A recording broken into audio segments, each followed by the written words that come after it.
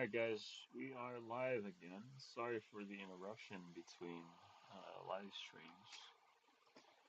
Um, like I said, I had to do some babysitting for my nieces and nephews.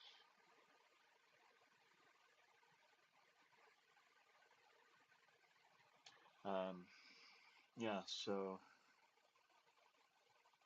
today, what is this? This is what, 125 to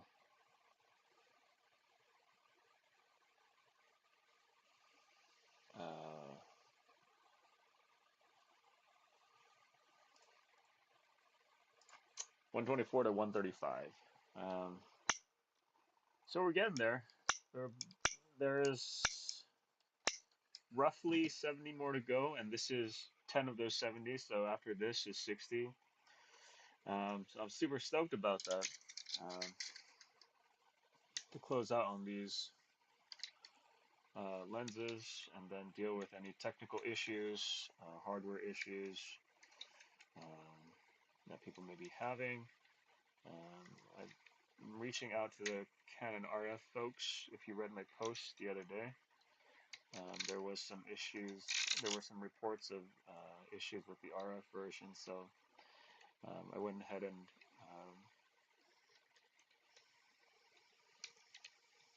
got my hands on a couple of them. So I got the Canon R and the R5, and I tested the new baffle, and it seems to work fine. There's no resultant error 20 or any collision with the shutter. Um, So I'm still reaching out to the people who sent it. Anybody who has an RF lens that's still waiting for it, um, I will have updated it already. So there should be no worries about fitment issues. Um, Now, interestingly, I was following up with a package that essentially I think is lost in the mail. So I sent a package overseas, and UPS handed it off to Tokyo or Japan Post to deliver in Southeast Asia, and I haven't heard anything back yet. So from UPS, so I need to contact Japan Post because I believe I'm supposed to contact the courier that it's currently with and not UPS. Um, UPS has essentially done its job in getting the package outside of the United States, and now it's on Tokyo or Japan Post to get it to where it needs to go. So I need to find contact information for Japan Post to see if I can somehow follow up with this camera lens because if it doesn't get there by the end of the month, probably just going to send another one out because this is kind of ridiculous. Um, it's been out there for about 2 months with no update on the parcel's tracking number, so we'll see what happens. Um, this second time around, I'll probably send it with a different courier so it doesn't have a middleman. Uh,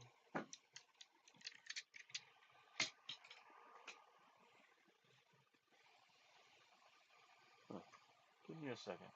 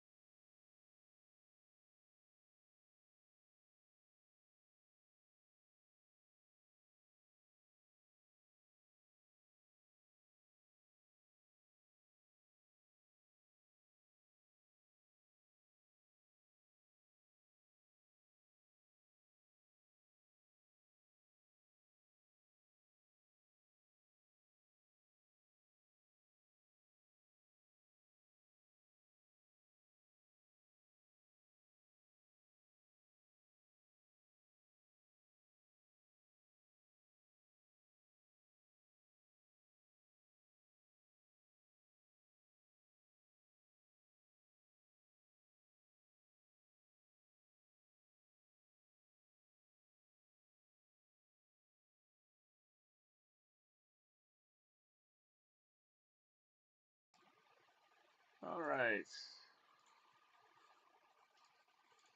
So, sorry about that. I'm back. Um, where was I? Right, we're almost done. We're almost done. I've got maybe after the 70, I've got about 50 website orders that I should be taking care of. Should be in December that I start shipping those out. Um, and then those should be a little bit more straightforward because they're all black. There are no colors involved in it. I don't have to worry about printing out other things. Everything just it is that. Um,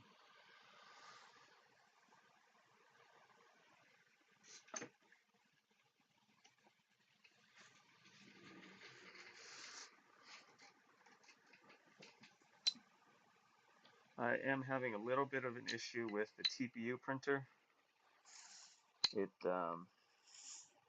doesn't seem to want to cooperate right now, so it's chewing through on the extruder. It's chewing the TPU through the extruder and essentially clogging. Um, so I have to get that done. I did maintenance this weekend again, um, and most of the printers are up except for the TPU printer. Um, yeah, so I switched over to Tuesday, Thursday because Tuesday, Thursday gives me a little bit more breathing room throughout the work week. And also, it allows me to set up a stream for overseas so I can get that going. Now, I've got a batch that should be shipping out this week, and um, ideally, I should be able to ship this one out with it if I can get it done before Friday or Saturday. And communicate with the backers to confirm their addresses. But more than likely, this batch will get sent out next week along with another batch. Um, and then just a few more, and I'm done, guys. I've been thinking a lot about this Kickstarter thing and, making stuff in general. I do not like this at all. I don't like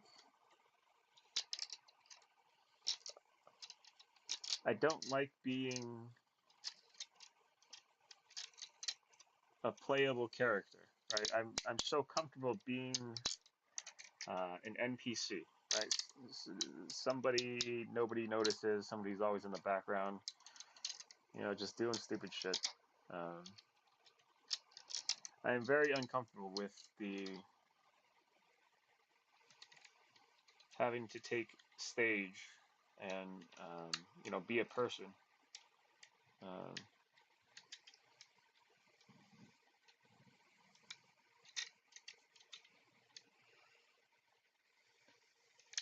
I've actually stopped drinking coffee because I am an anxious person, and while doing this and drinking coffee, it just did not help my anxiety, man. Um,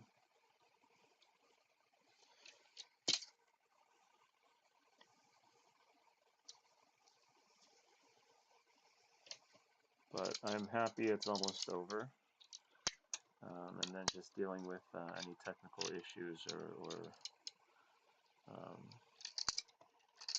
fitment issues that arise from backers, making sure that they get a lens that works for them once they all get out and get those cleared out and sorted. Um, Still haven't heard anything back from Lomography. At this point, I don't think anything's going to happen, so um, I don't want to spoil anything, but I'm probably not going to do another Kickstarter or um, another print batch type thing like before. What I'm probably going to do is I'm probably just going to release the STLs of the version 3, let people print them, because um, I know the kind of person I am. I don't know why I keep putting myself in these positions that I don't like. Um, while it's fun and everything, um, it just makes me overly anxious. So um, I'll go back to the original train of thought that I had when I started designing these things is just to make the STLs and let people download and print them, and then give them the resources to finish the lens. Um, so I'd take a more NPC role versus a main or playable character role. Just essentially saying or giving quests to people who want to do it. This is what you need. These are materials you need to craft a certain item. Um, but the faster I get this done, the sooner I can get back to that comfort zone.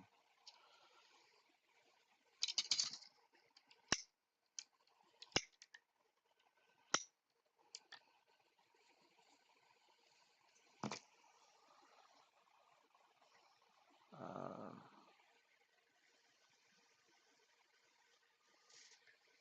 oh, perfect.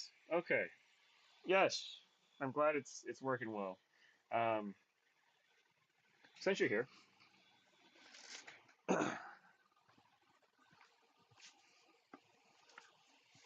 so this is the update on the EOS R5. All right, we have that guy there, and um,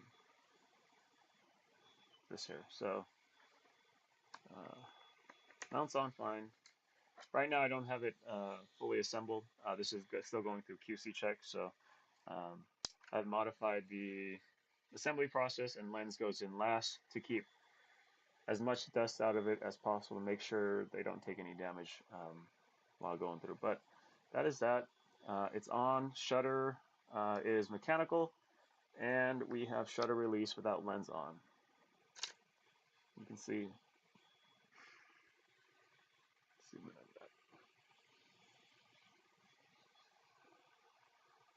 Well, let's get the light in there. I guess we just use this.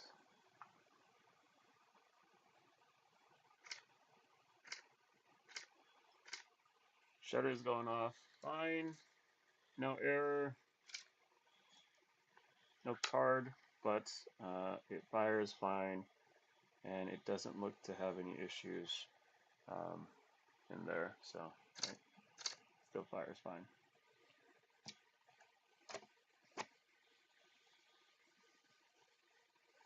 Ah, this is the fix. Um, I think so. Canon on the RP, there's more backspace on the interior here. So on the Canon R and R5, and I'm assuming the R6, they have less backspace. So this part right here on the sensor is deeper than the R5. So the fitment issue is that if you put the depth checker on, you wouldn't be able to fit it correctly. Then I tried to put the lens on, it wouldn't fit correctly. So um, I've had a,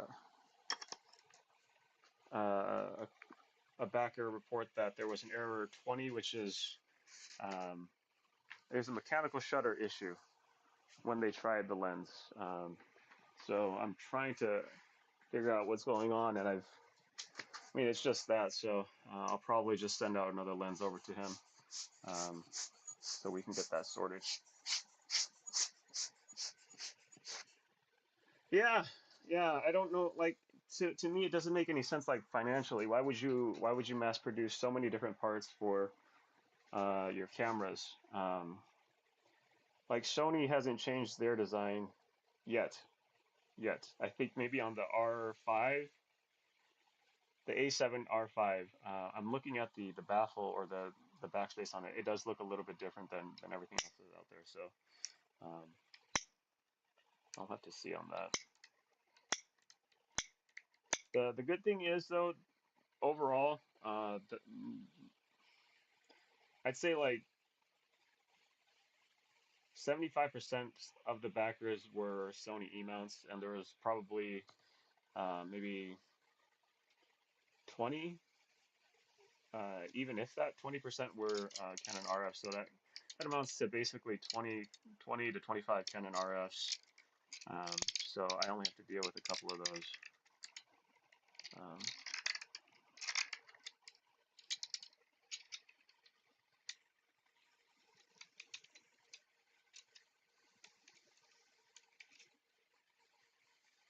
Speaking of which, since you are here, um, since I want to make sure it works with the other cameras that Canon has for the RF, um, what I'm offering is to either send it back, or if you're out of the country, I'll just send another one your way, so that there is compatibility with the other R series bodies. So if you do change, um, it will work.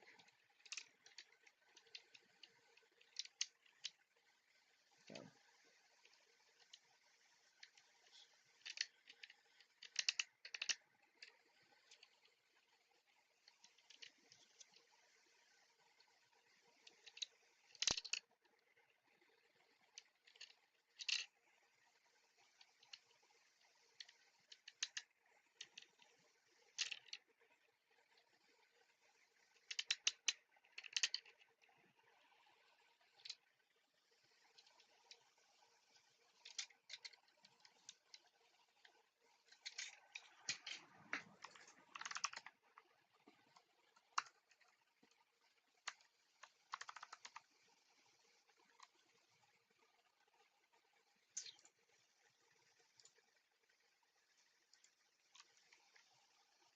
I'm sorry, I'm checking email real quick. I'm looking for something.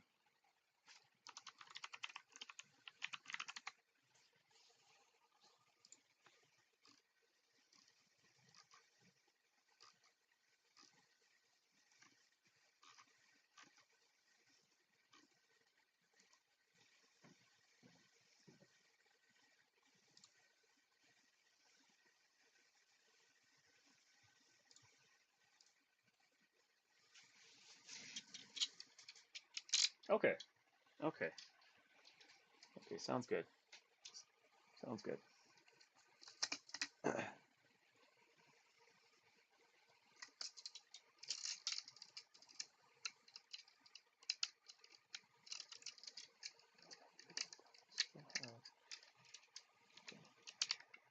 The good thing is, though, for all the packaging materials and the lenses and stuff like that, I ordered more than I needed, so I have about 350 boxes, 350 manuals, and I bought 1,000 of these plastic lenses, so that affords me a little bit of wiggle room in terms of, sending out additional ones, so I'm not scrambling for materials to send it out.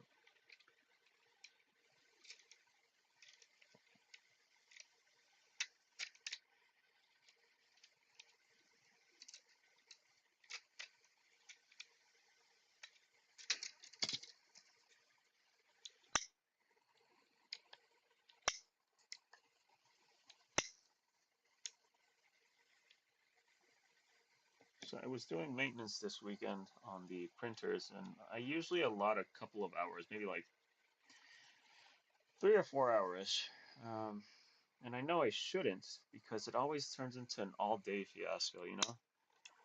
Like, I've got to break down the entire printer and then fix a minor issue. Oh yeah, yeah. That's probably the only place I was actually prepared. In my head, everything went perfectly, but um, so there was little room for error. And those little room for errors just made me look like an ass. It's like, oh yeah, I'm gonna get it done quickly. Come down to production, and it's taking ages because I didn't expect it to take this long. But the materials, always order more than you need.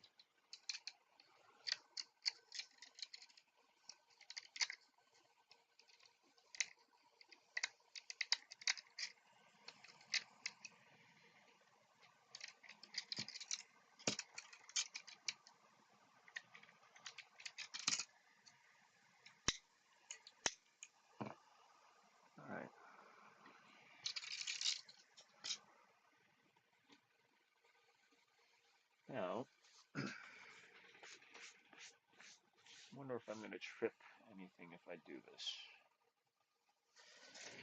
Let's try it. I'm going to put the feed on mute real quick. I've got a vacuum cleaner that I'm going to run to clean up the mess here. Um, Hopefully I don't trip the power supply.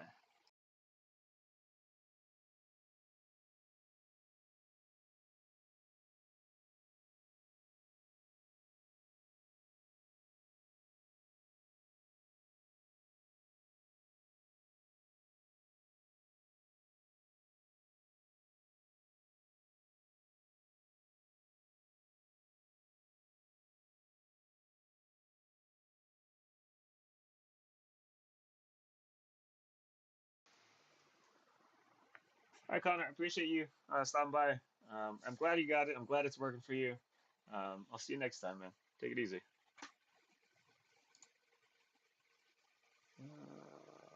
Report.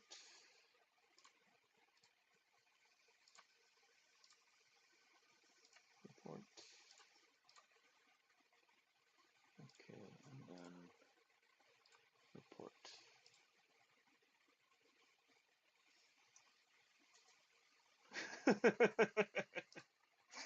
Good luck with the fiber there.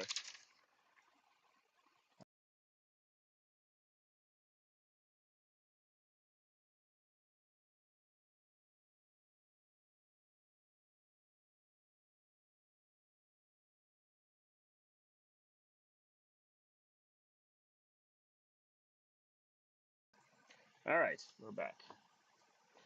So I picked up a vacuum cleaner for one specific thing. And that vacuum cleaner was picked up to do a simple downdraft box. Now, this is a really poor example because I just needed something to work today. But what it is it's an intake port here for the vacuum. So the vacuum sucks air from here through these holes, and the chamber is sealed so that when you sand or when you do any work that makes debris, it falls through, it gets picked up by the vacuum. Now, I need like a little guide here, right? To guide the rest of the dust and debris into the vacuum inlet. But this is a quick and dirty one because I just needed something for the time being. I've got something on the 3D printer. I'm considering not even 3D printing it, just making it out of MDF. But because the downdraft table on the 3D printer is going to take like a day and a half, I really think I'm just going to set up the or pull out my table saw, rip a few sheets of MDF into a little tabletop box so I can use it to um, keep this general area cleaner.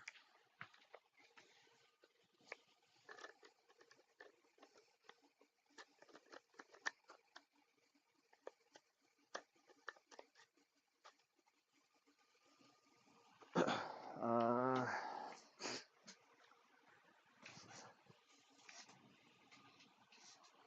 all right, so today is getting the aperture assemblies going. So I've prepared the parts that I need. Um, these front and backs.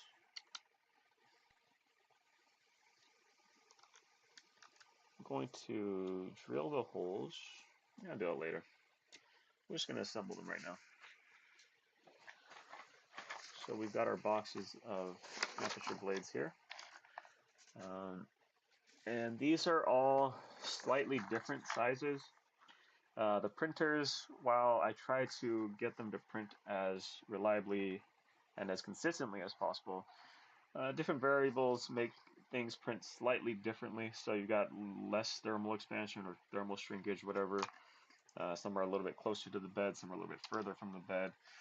So it kind of throws everything off. So I have to print a bunch of them so that I have enough choice when fitting um, the aperture blades so that it works correctly. And I'll show you what I'm talking about in a second once I get this out of the way.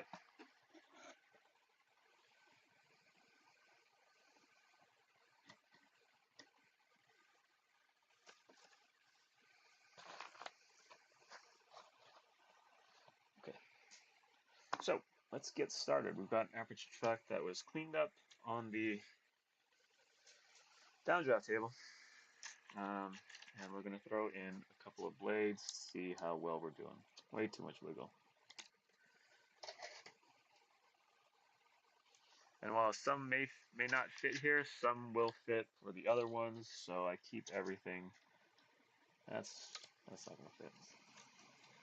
That's probably not going to fit. Let's see what we got here. This is 100% scale. Let's go 100.5.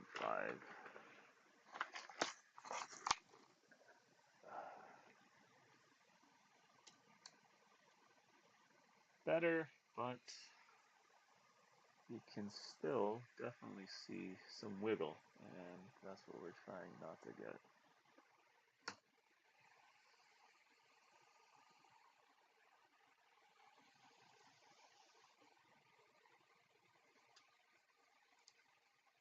Actually, no, it's there. Yeah, yeah, it's there.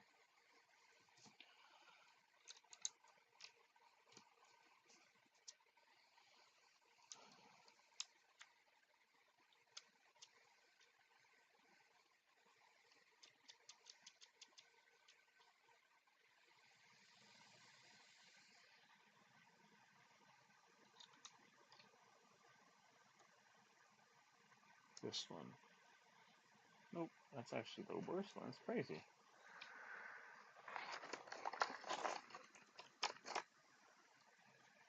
So, over the weekend, I visited some classic movies. Um,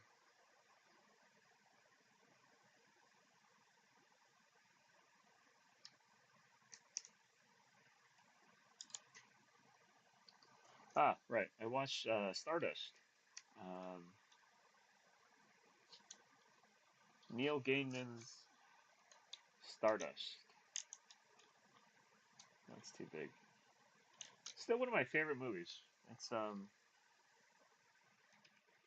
yeah. There's really nothing else kind of like it. Um,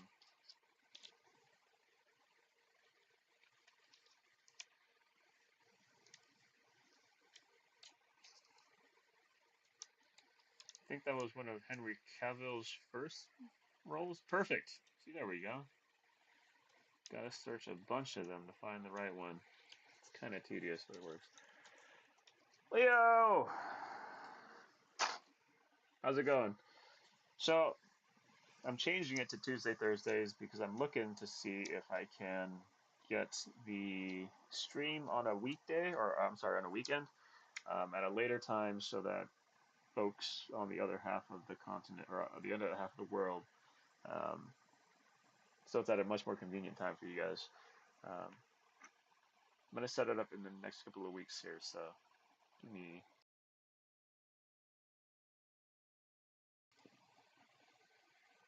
How is it going though? Hopefully it's not too late over there.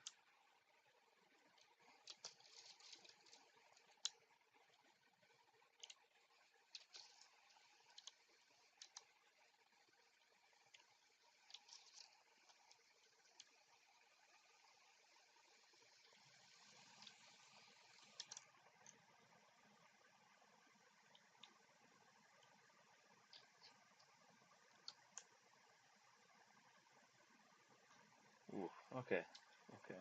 Kind of pushing it. Kind of pushing it. I'll see. 17, 18, 19, 20, 21, 22, 23. 6 hours. So I can dial it back to like 9, like 11-ish. 10, 11. Yeah, I think 10, 11 would probably be better. 10 or 11 a.m. Probably be better for the stream.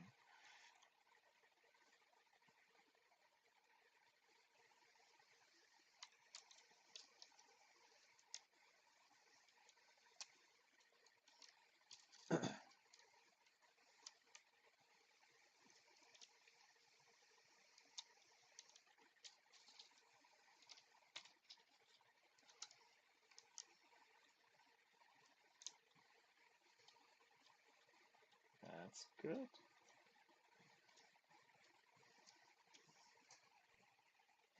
where is my Tesla?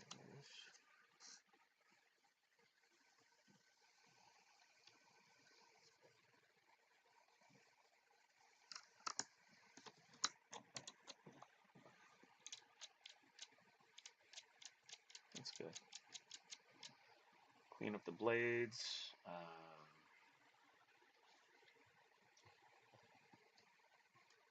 think a little grease is going to help.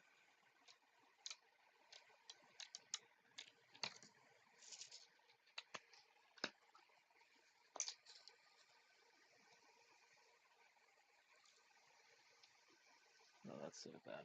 Very bad. Very bad.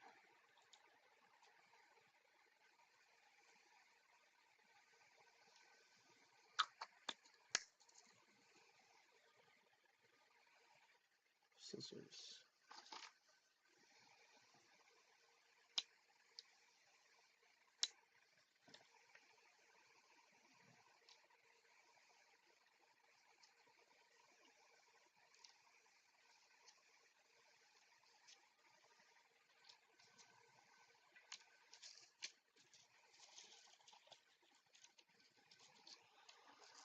Ah.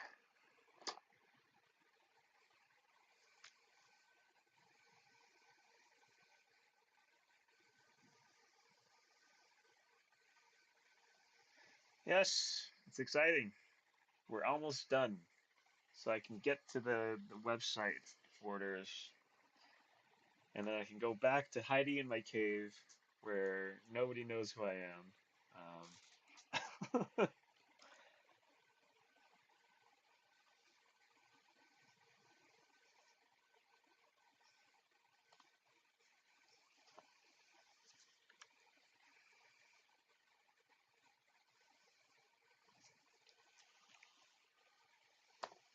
all right.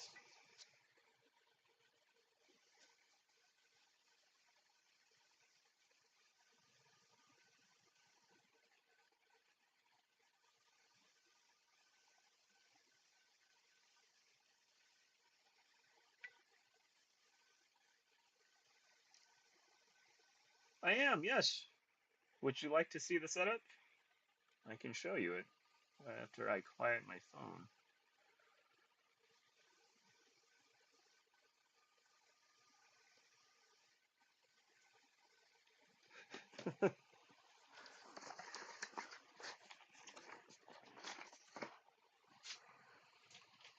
It's so it's so comfortable there. I don't ever want to leave the creative cave ever again.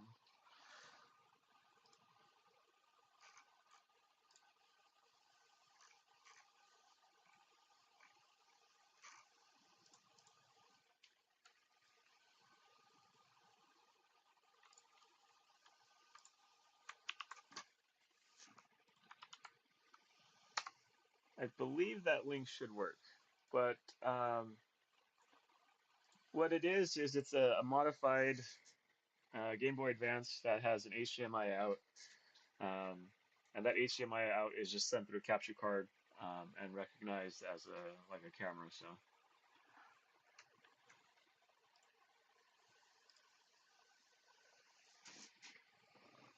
um, what I thought was initially like a bad thing about it was that the screen on the Game Boy was still staying on, and it shouldn't in normal operation. But the way that I have the Game Boy modded, I'm using the Game Boy Advance SP101 LCD and not an IPS LCD.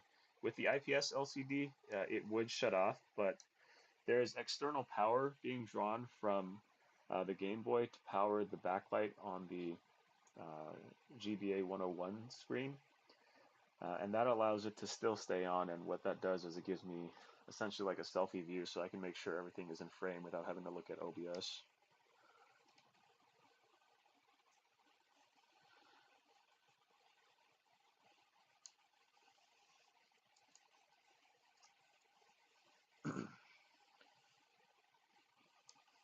I I'm planning on using it as in a vlog at some point when I do another like lens shoot or photo walk or something like that.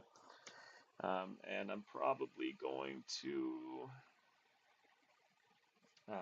what do you call it? I'm probably going to use an Android phone that I have on hand and the capture card and OTG to uh, get a video feed.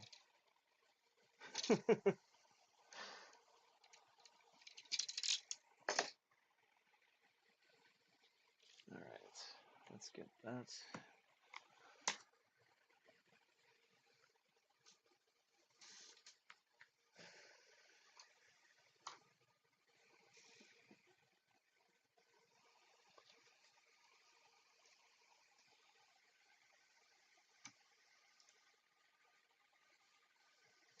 So what are you guys up to tonight?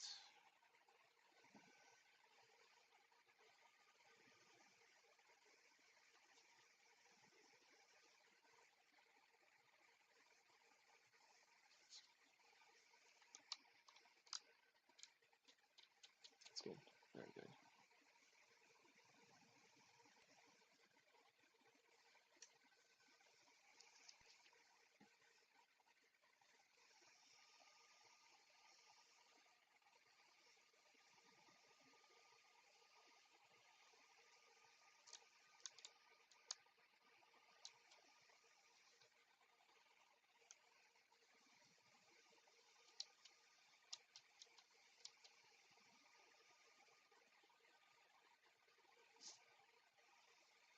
All right, let's see.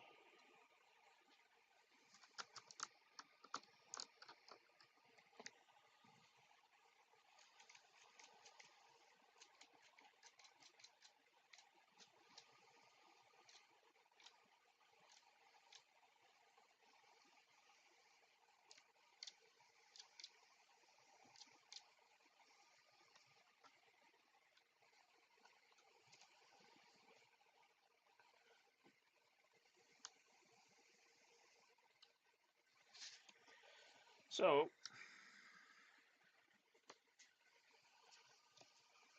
there's a slight bit of restricted travel movement on the top here,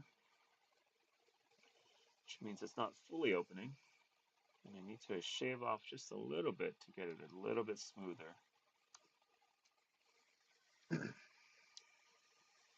I'll go ahead and do that right now.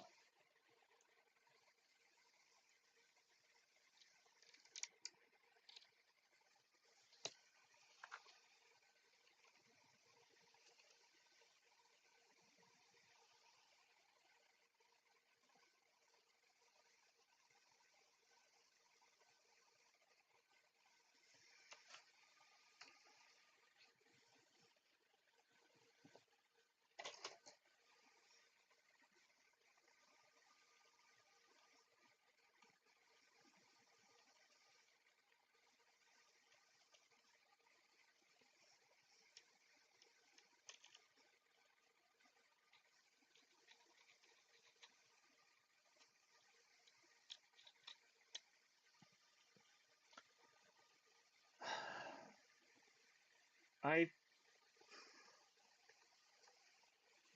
I think you can. Um,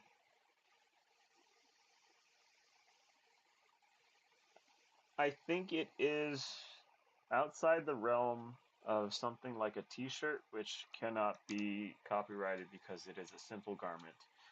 Um, but I, as a regular person, maybe less than regular, sub-regular, I do not have the funds to, I guess, protect that copyright claim or that patent claim because, I mean, patent is only as good as your ability to protect it. And me being me, um, it would be somewhat difficult. And I guess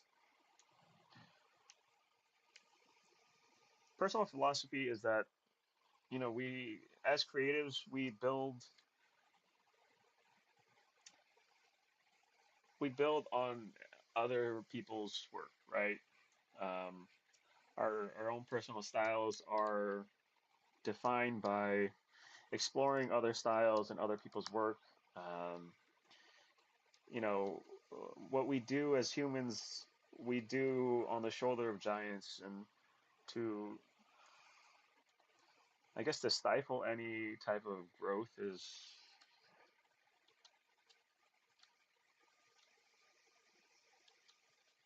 Oh, um, these not yet. I have to work that out. So with the STLs that you'd have to download and print, you'd also have to get the lenses. So I'm trying to find a good source to either have them in stock or to direct you to pick them up. So right now that's kind of on the back burner because I am in this little endless loop of um, making these lenses. So you'll probably hear something about that next at the beginning of next year um, when I do get all of these wrapped up. Sorry, I did not get back to you. Um, I saw it and I was going to get back to you.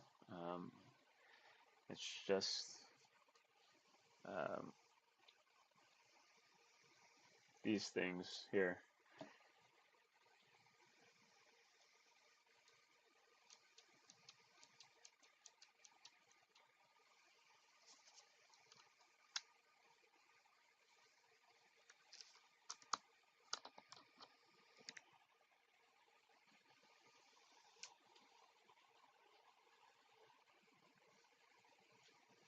Thanks, Nicholas.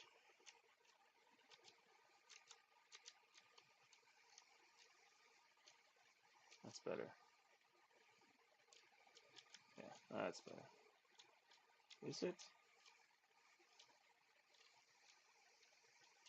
No, that's not better at all.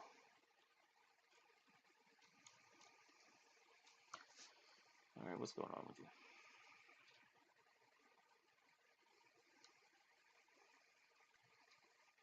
I think it is that last little bit. I need to open it up. Let's open it up. Slowly, though. Very slowly.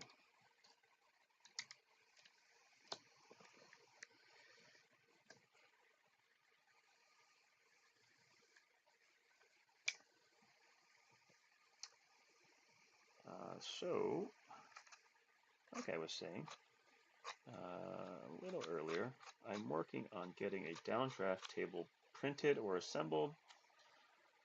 So all this dust you see here during the live stream will essentially be captured by it and into a vacuum. Um,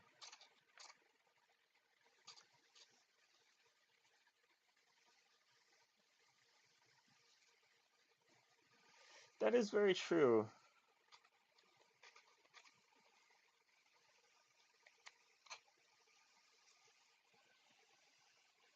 I feel like since it's out there now, they can't do that, right? Or am I just living in a fantasy land? That's, I guess, where people respect. I am living in a fantasy land. Um, yeah, no, that's actually probably a really good point. I probably should.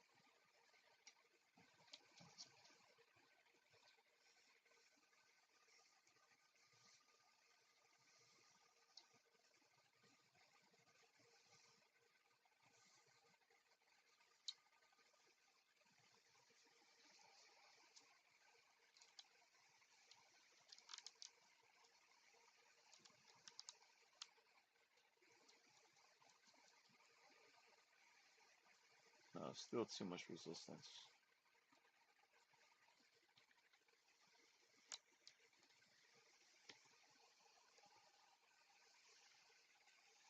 Yeah, I'll have to look into that. Um, I don't think it'd be too terribly difficult.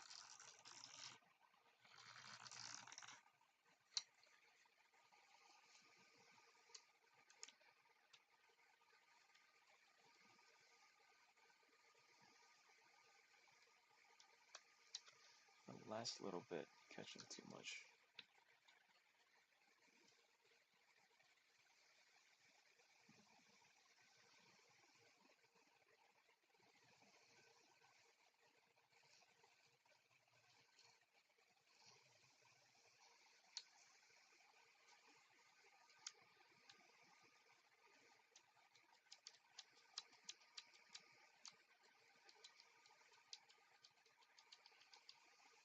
I think.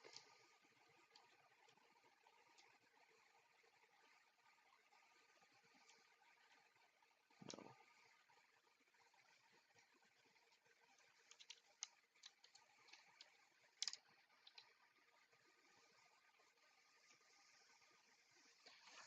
I think the corners might be bulging a little bit. Just giving me that undue stress or undue pressure. So got to find the right corner that's bulging.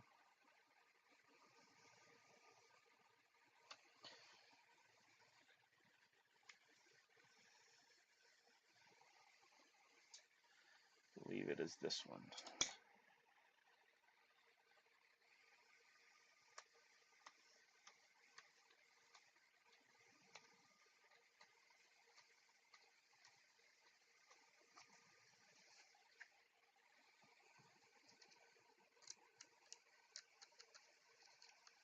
It's always going to be fine.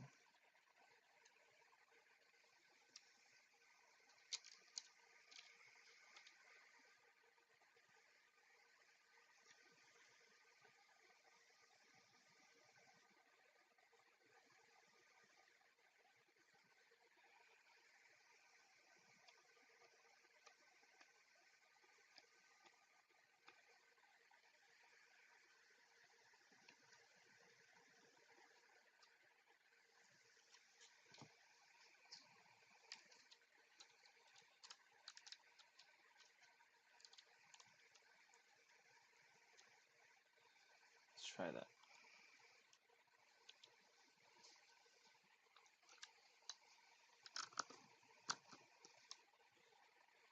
It's getting there.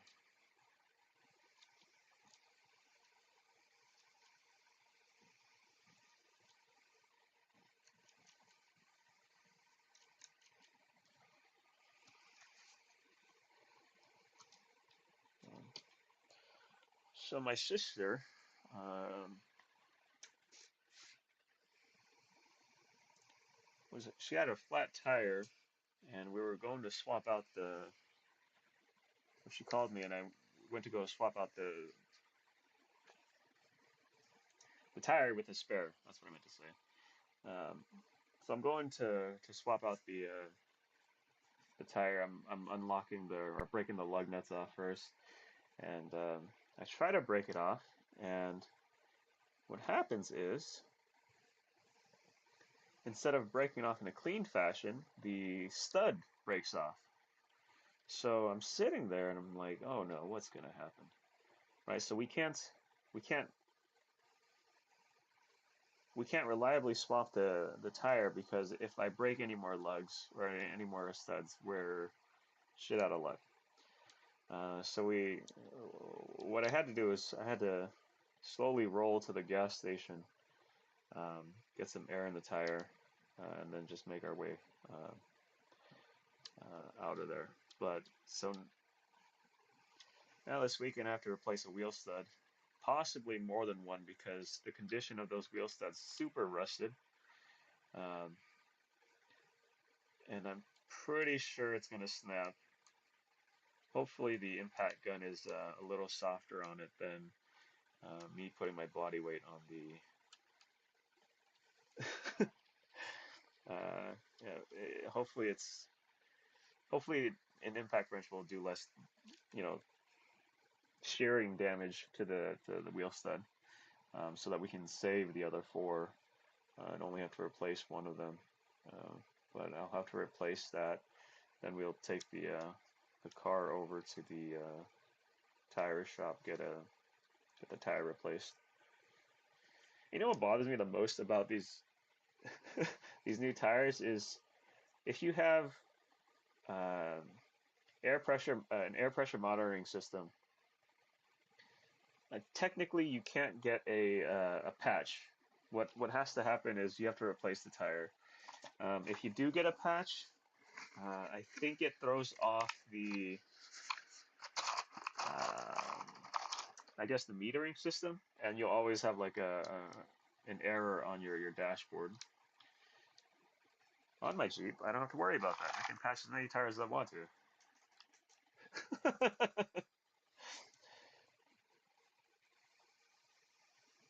You know what? If I did have access to a metal sintering printer, I definitely would. I would. I actually want to try that. I want to see how durable it is.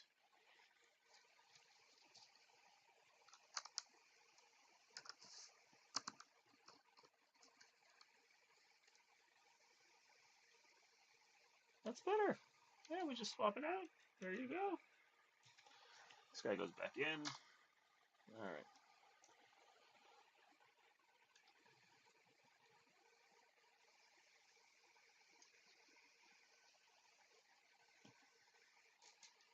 It took much longer than it needed to. All right.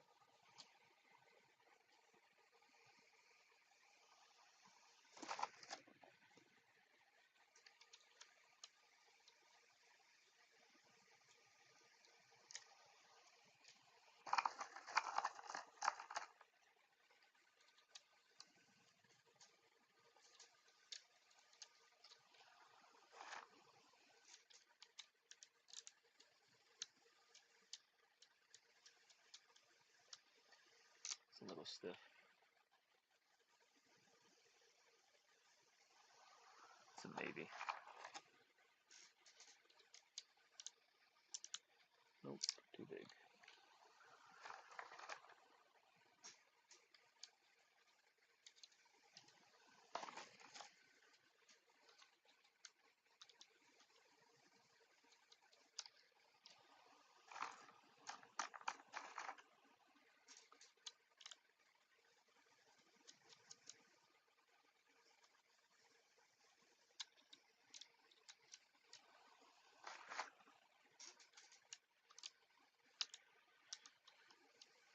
Right. So, along with doing the wheel studs this weekend, oil change, and I almost want to flush the brakes or bleed the brakes because there's so much work that needs to be done on that car. Um, but along with that, I'm probably gonna bust out a downdraft table with some of the scrap plywood I got laying around, um, so I don't have to use this guy, which is a really just hobbled together downdraft table out of a sealed container. 3D printed port here and just haphazardly drilled holes. It actually surprisingly works better than I thought it would. Um, I've never used a downdraft table extensively. Even when I was woodworking, I was too lazy to build a downdraft table. But it does a pretty good job of keeping the area clean and keeping the majority of particulate away from you breathing it in. And I know there's still some very tiny particles that are getting through, um, but it's better than, you know, inhaling like lungfuls of plastic dust or resin dust. Um, I mean, at this point, I may or may not have emphysema already because of how much sawdust I've inhaled. Emphysema, lung cancer because of the sawdust and all this plastic dust.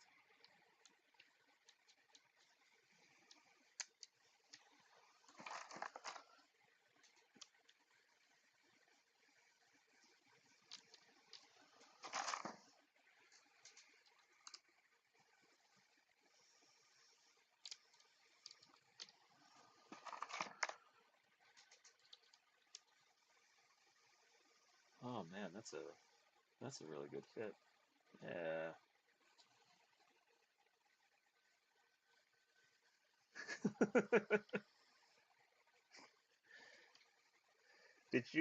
Have you seen the article saying that our bodies are slowly getting uh,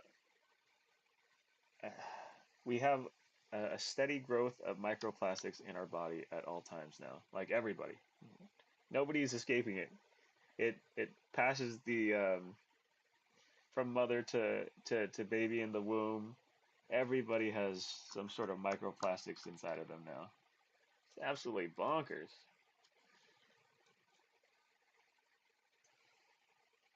All right, let's clean that up.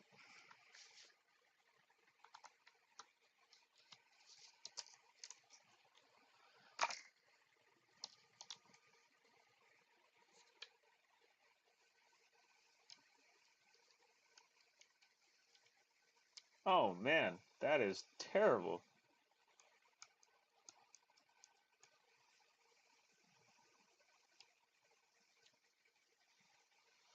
I'm I'm probably I'm probably contributing to that terribly right now too, with the amount of printing I'm doing. I am so sorry. Definitely. I don't know. I don't know if we're in a position to stop it like we are lead and asbestos. There's like it's so intertwined with our society. I guess American society in general, or I guess specifically, right? We've got like everything covered in plastic.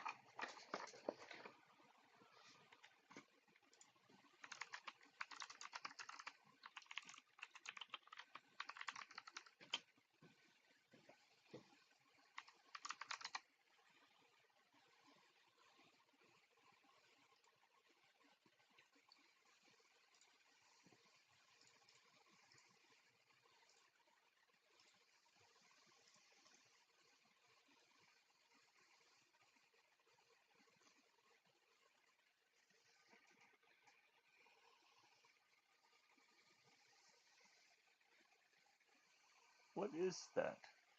The world you were born in doesn't exist. Is that a book? A paper?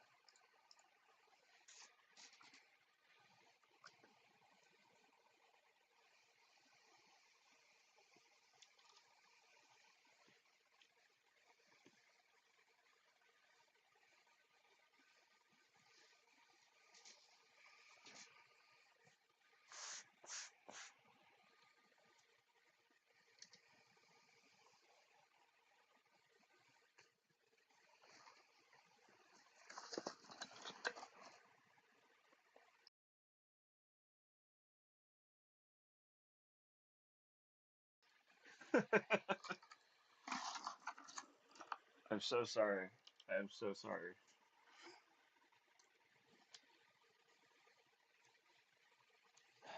Yeah,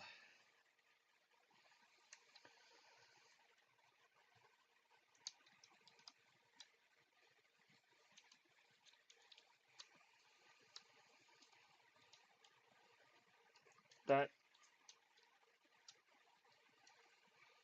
that line is kind of where I stand in, I guess, the political sphere. I'm not trying to go there, but the world we live in isn't our world. It's really our kids' world, right? Whatever we do, we've got to make it um, better for them, at least livable for them. And it's seeming like it's increasingly harder and harder to do that. Um, Maybe it's just all the doomsayer news, but um, I would hope that the world that I was born into doesn't exist after I leave, um, and in a much more positive way. Uh, you know,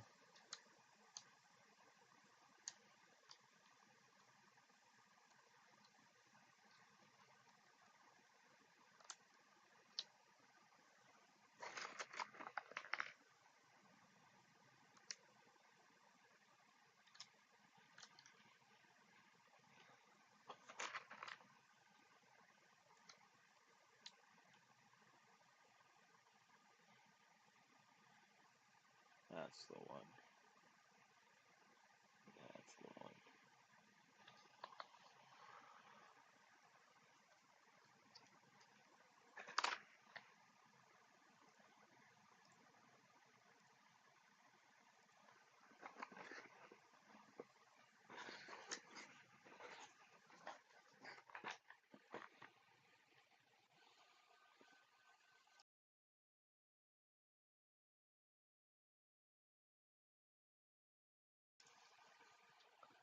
I do too. I look at as a millennial, I look at Gen Z, and I worry about them and how they're going to grow up. But these kids are super resilient. And I know it's a bad example, but looking at like the news when they show the school shootings, these kids, or if they're in a lockdown or something, like they don't react to it anymore. And I'm not saying that's a good thing. I'm just saying that these kids are very resilient in terms of in face of situations that I don't really think should be happening. Um, but I think the kids are gonna be okay, um, so long as we leave them with something that they can live in.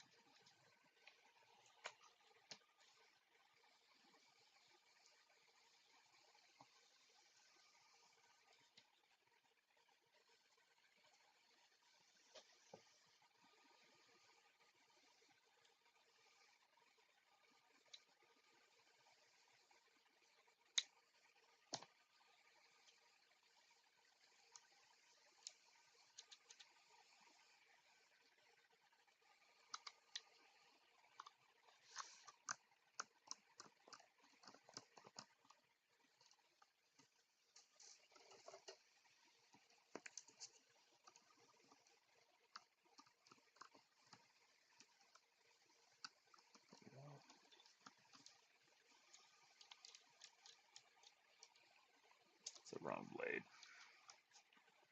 Yeah.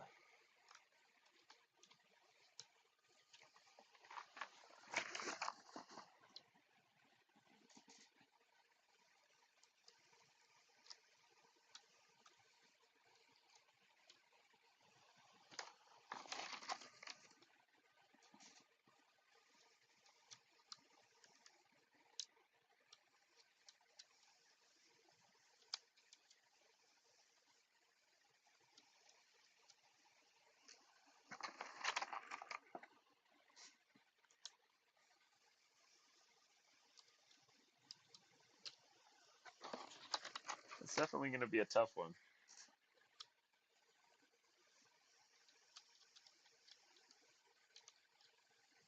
It's interesting to see such a changing landscape in front of us. Um, wherever you stand on climate change, it's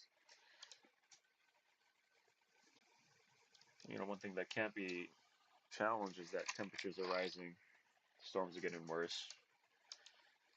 Um,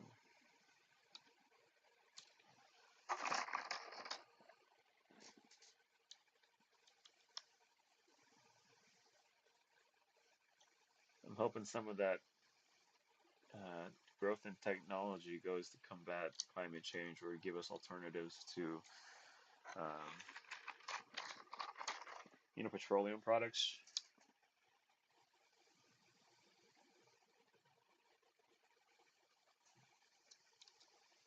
But if there's one thing I know about people and humans, is that we are a creative bunch, and I do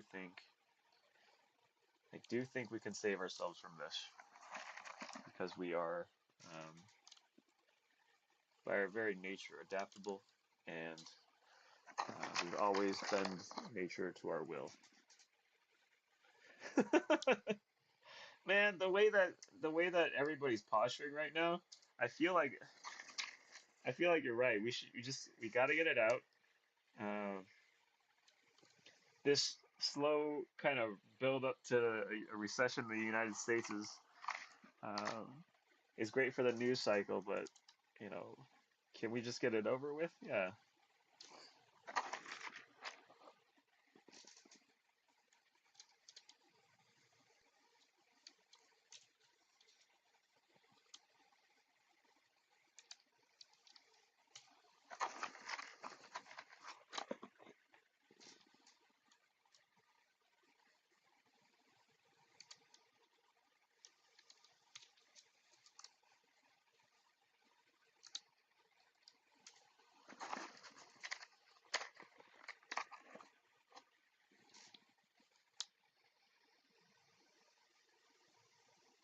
All right, guys. On a lighter note, um, a new beta test has come out for a game called Shatterline.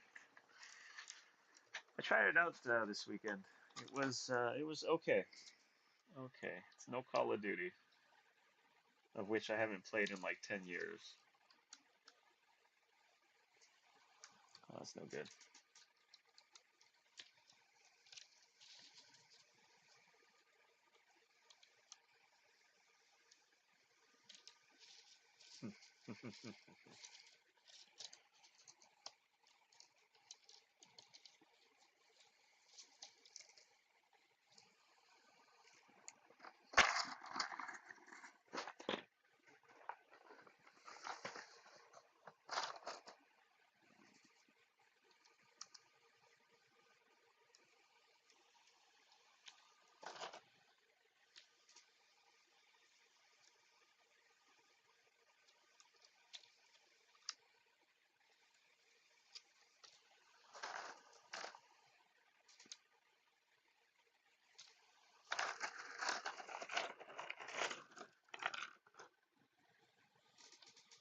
That's the mode I didn't try.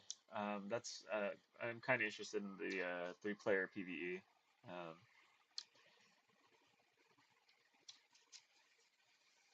Um, on the PvP, it's always just slide shotgun, which kind of gets annoying from time to time when you just started and you don't have the unlocks they do. But I think it's all right.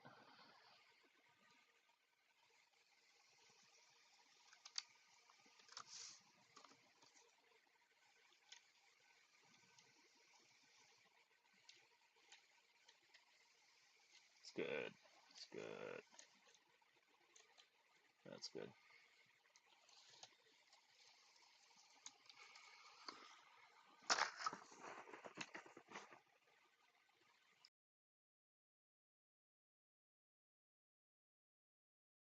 All right, let's get that cleaned up.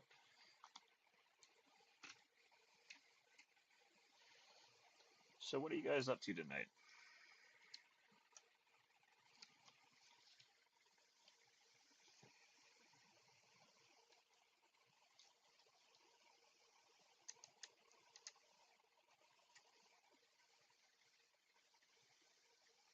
Yeah, go for it. I'm I'm always interested in that Urbex stuff.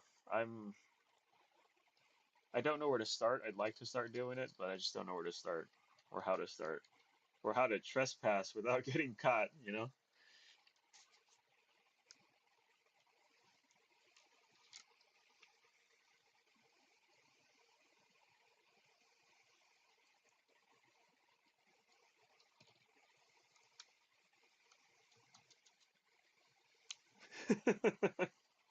I'm sorry for streaming so late over there.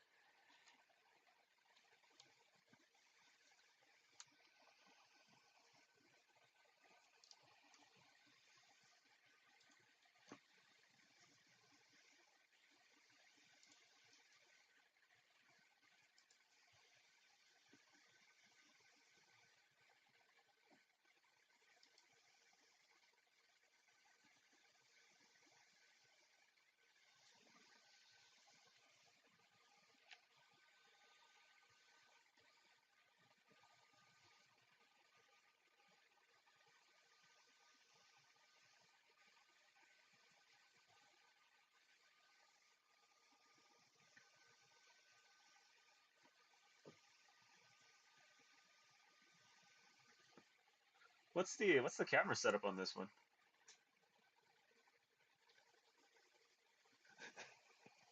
Yeah, that's the other part I can't get past, getting spooked, because the only time I'd be going to these abandoned buildings is at night.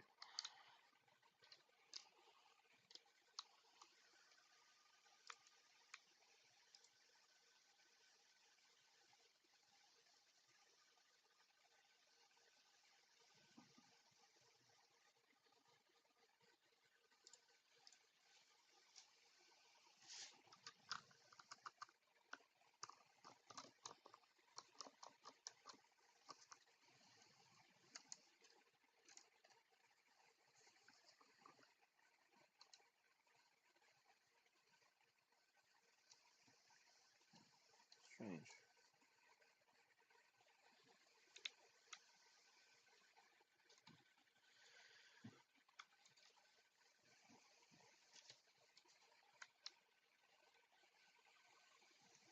Dude, I've got to get one of those Helioses. Um, I mean, I just don't want to wait for it to get delivered from Ukraine, but I mean, it does have such character.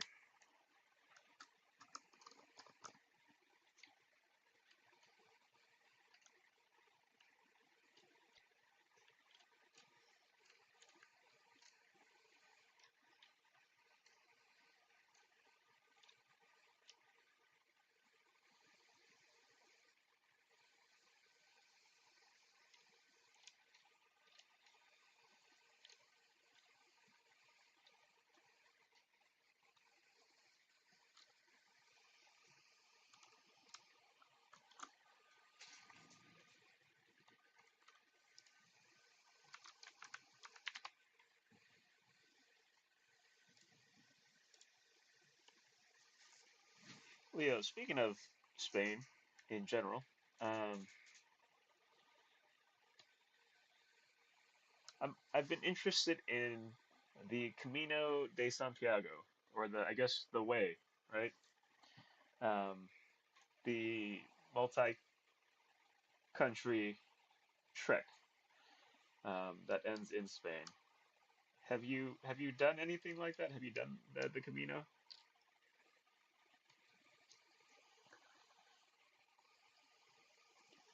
What I've heard is the radioactivity of any lens that uses thorium glass is probably less than what you get from eating a banana.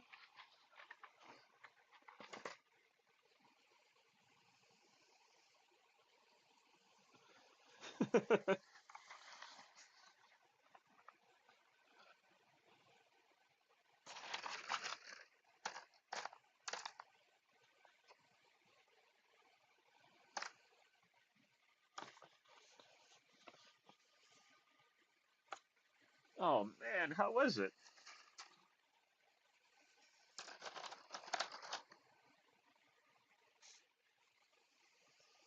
Yeah, um, you can get radiation poisoning. Okay, this is just what I've read on the internet. It's something about radiation poisoning eating enough bananas, and enough bananas is like a couple thousand of them. Um, but thorium, it's not too bad.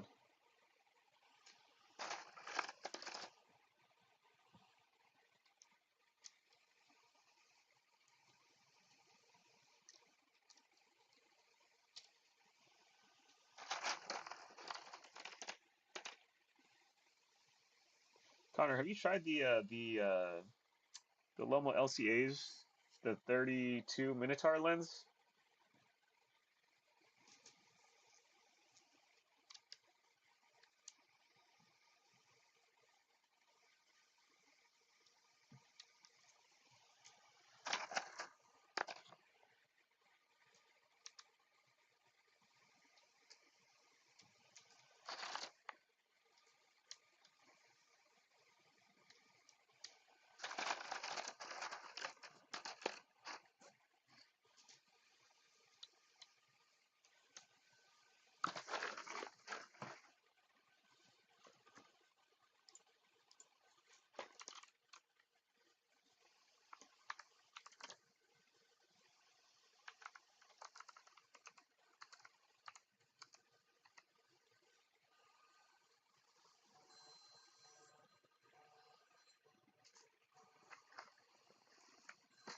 Give me a sec, guys.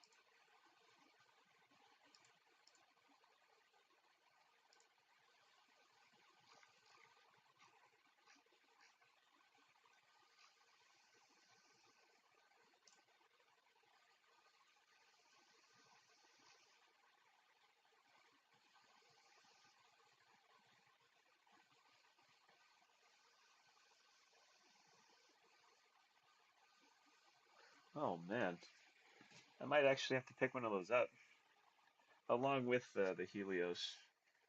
Um,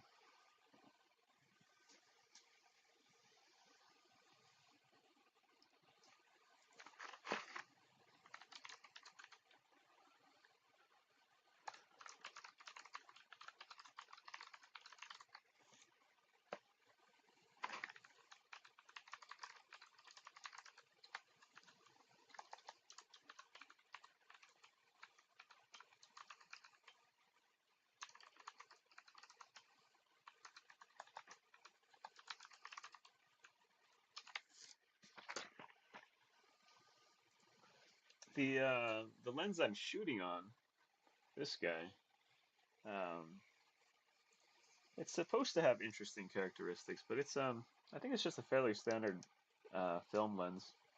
It's the Tokina 28 to 70 ATX Pro f2.8, which is kind of like the cousin to the Angenieux 24 to 70.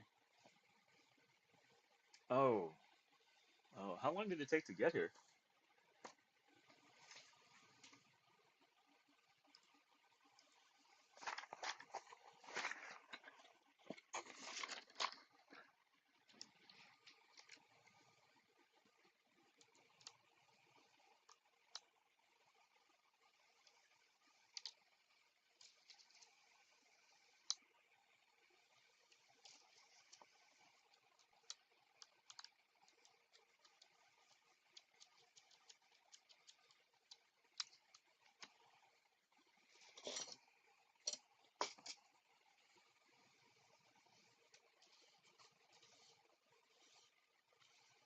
Okay, that's not bad.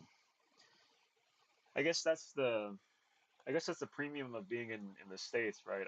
It's the time saved um, versus the price. Yeah, yeah. I'll be right back. I've got.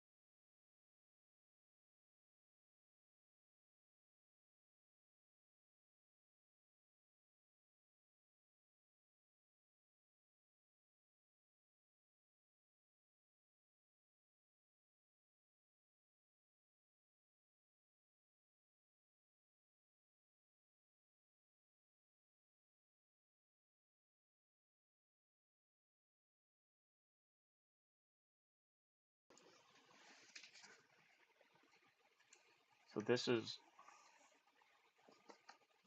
this is the Minotaur for the it's Lomo LCA with the Minotaur 28 millimeter, 32 millimeter. Uh, super characteristically, and this is it for the Sony E mount. The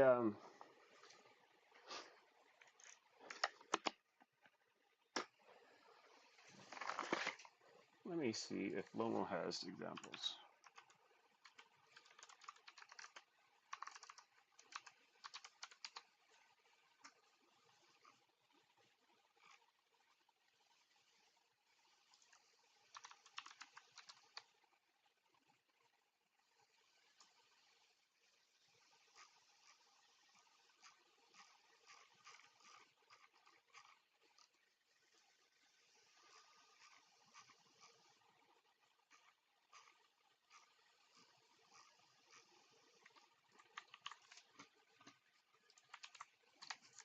Yeah, it does a pretty good review on it. It's I don't know from what I've read, the Minotaur itself is the one that was on the original LCA produced in the USSR is the lens that you want for the contrast and rendering. Uh, the later revisions, when Lomography started producing them, they were in China, and then now they're back in. Um, they were back in Russia. I don't know how they're doing now, but um,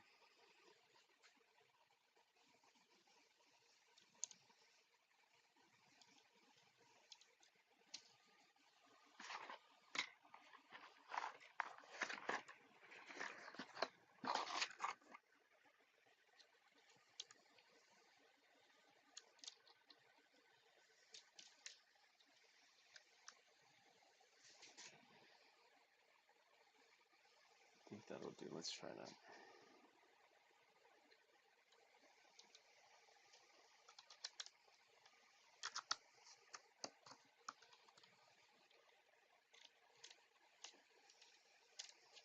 No, that's really bad.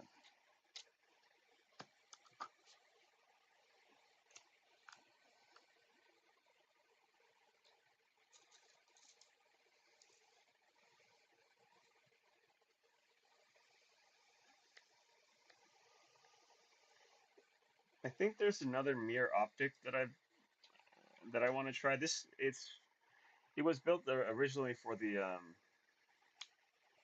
Pentacon 6 for the P6 large format or medium format cameras, but they've adapted to M42. But there's a special rendering, and I think it's like the 105-ish telephoto length. It's supposed to be a really good portrait lens, a lot of character, a lot of interesting bokeh.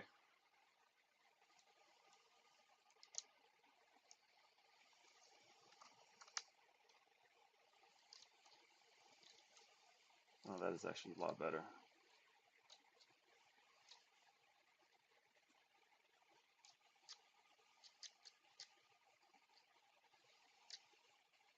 That's a lot better. Okay. Yeah. Let's clean it up.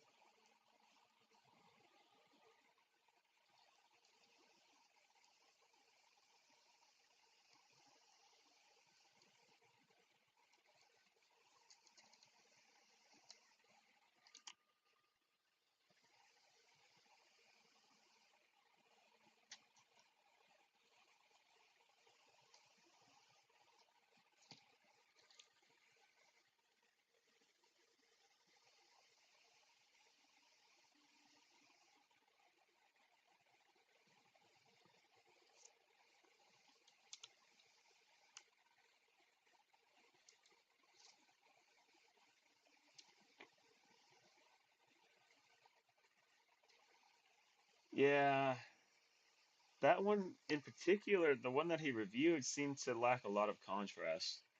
I don't know if it was um, the lens he got or if it was the conditions he was shooting in, but from what I saw, it looked um, very flat. And those, like those tiny control, um, yeah, the tiny controls, I don't know.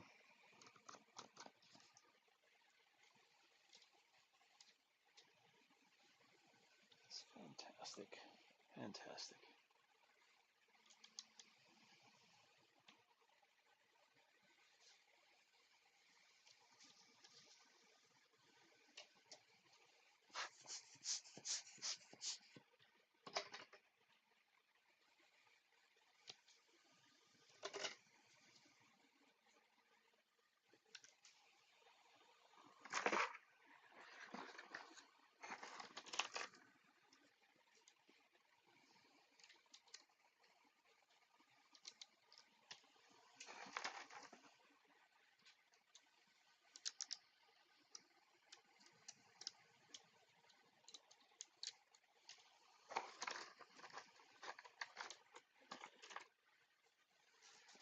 Yeah. Oh, about that. Last week I was out because I had to babysit my nephews and nieces, which is why I was not here. Apologies for not communicating that. I need to send out another email to the store backers. I already sent out an email to the Kickstarter backers. But basically, we're a little more than halfway, and if we keep up the pace that we're doing right now, or if I keep up the pace that I'm doing right now, I should be ending in November with the Kickstarter stuff, and then start getting these web orders satisfied. All right, Connor, I appreciate you stopping by again. Oh, sweet. All right, there you go. All right.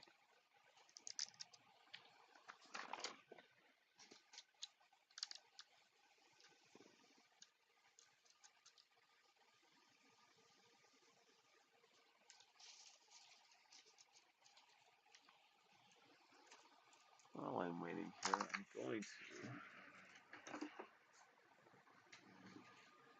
I've been doing another.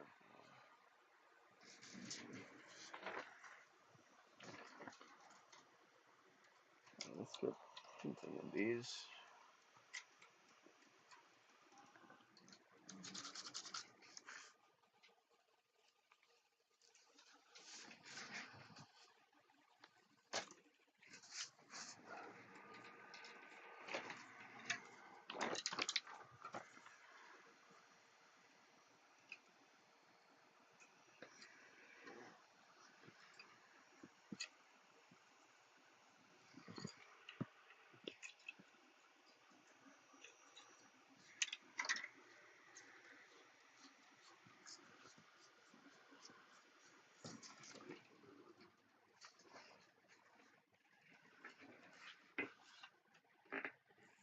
Yeah, I am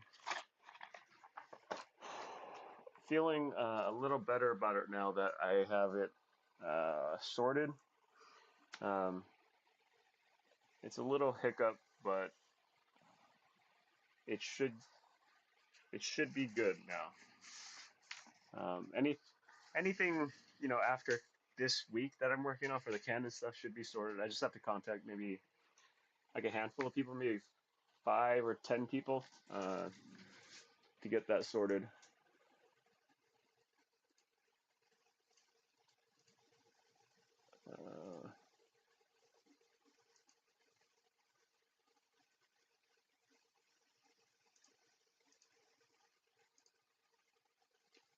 Uh, right now, I'm just setting up a few print jobs so I can, um, so I have more aperture blades to run through. Yeah.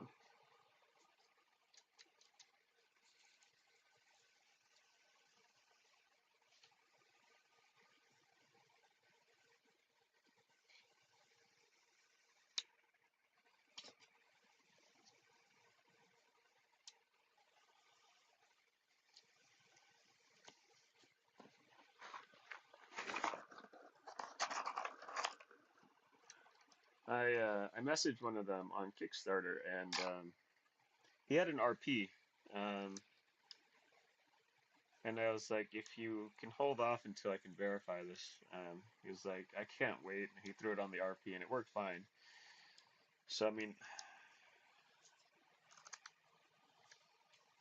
I was not expecting um, that Canon would have different dimensions in their cameras.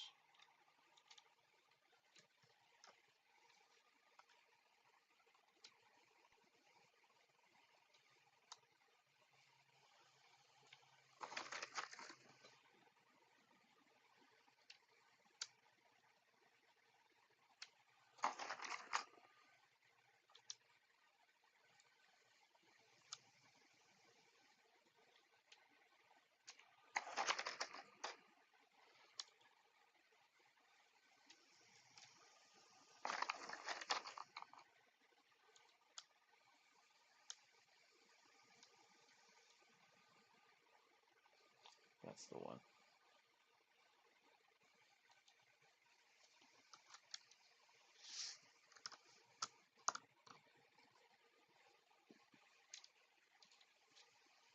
Oh, yes, very good.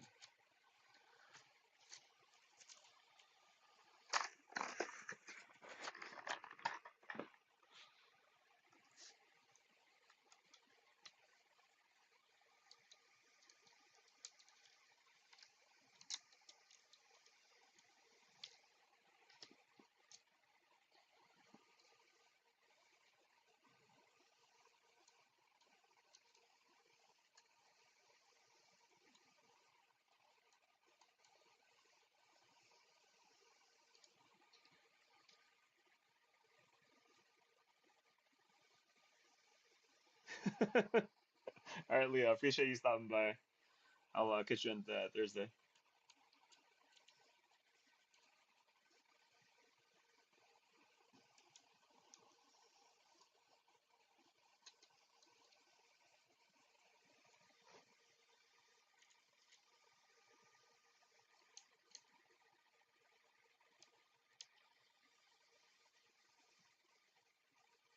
So today is backers 124 to 135, and what I'm doing right now is doing assembly on the aperture units. So let me show you. You've got two blades here, and they are actuated by this clutch.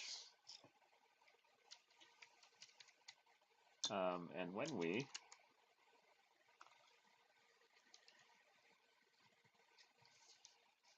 we assemble it, of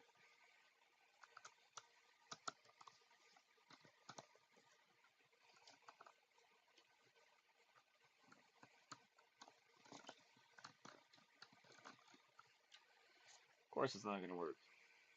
Let me get into place. what's going on?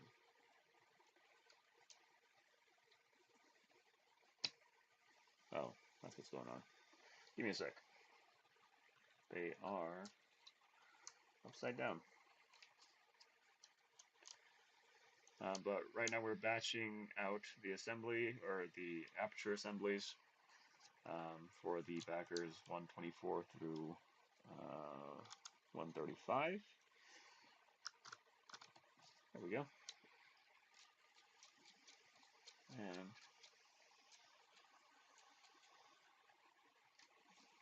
that's the aperture assembly. So we're just making sure that they open and close at the same rate, and at the end, um, you can see this.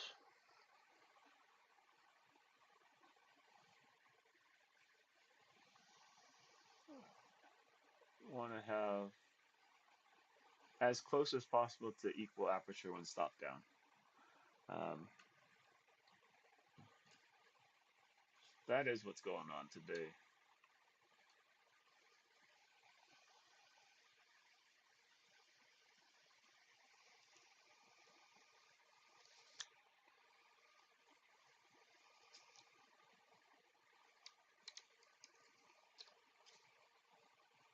It is a relatively simple aperture assembly, but it works and it's effective for what I need it to do without being overly complicated, you know? So yeah, these streams are pretty boring. Um, it's literally just me doing this like over and over. I appreciate you stopping by. I will eventually lose my mind here.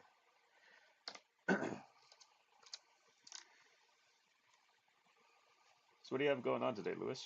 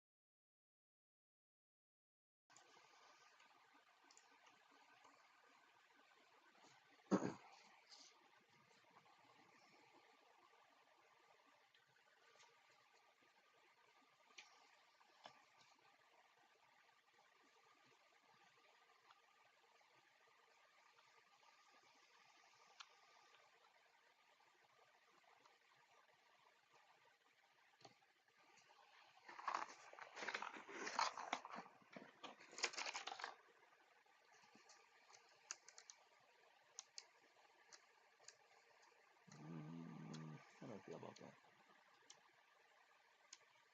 Ah, that's always good.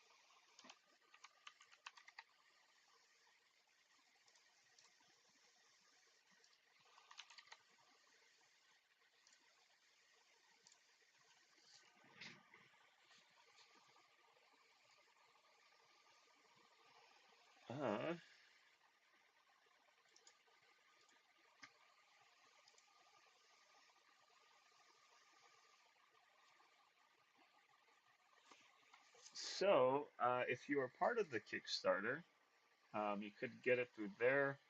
I'm about to close the after Kickstarter sales on my website so that I have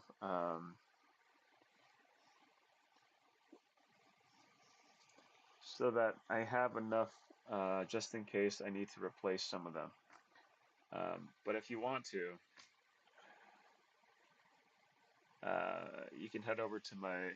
I'll send you the direct link. Give me a sec.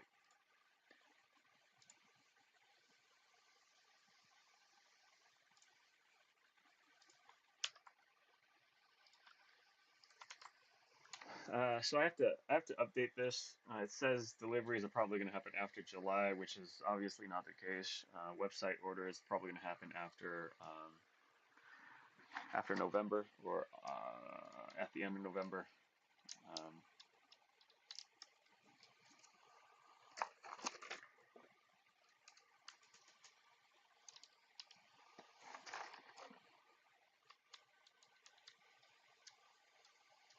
and I've seen if you are going to order it, don't don't select any type of shipping. Shipping should be free on that one because it's already in the price of the lens itself. So it shouldn't be. If you're an international order, it shouldn't be more than 130. If you're a local order in the United States, it's 115.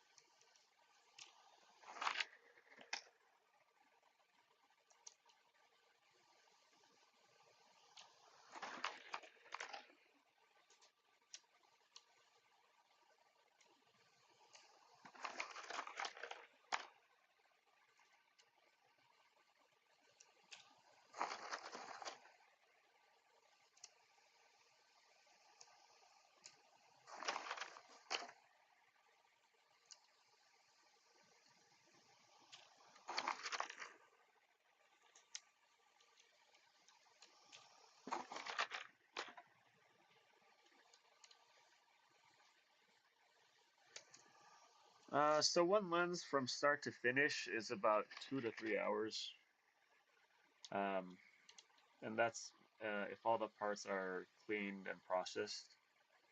Um,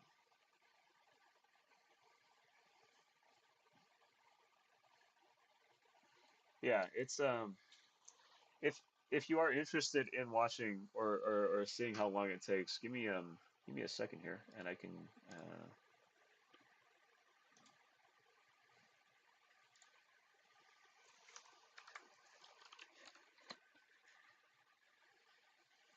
I have a stream on it.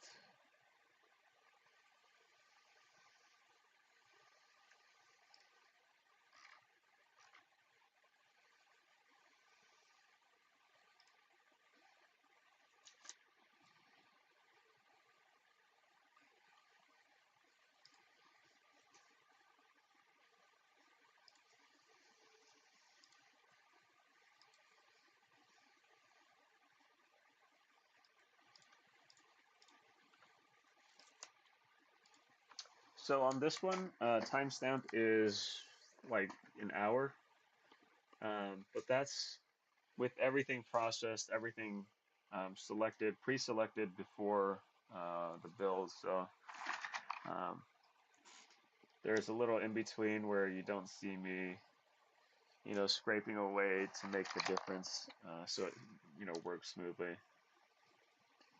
Um, and then after that, I've got to do the packaging, which surprisingly takes longer than I thought it does. It's like another hour on top of that, which is kind of stupid. Uh, but yeah.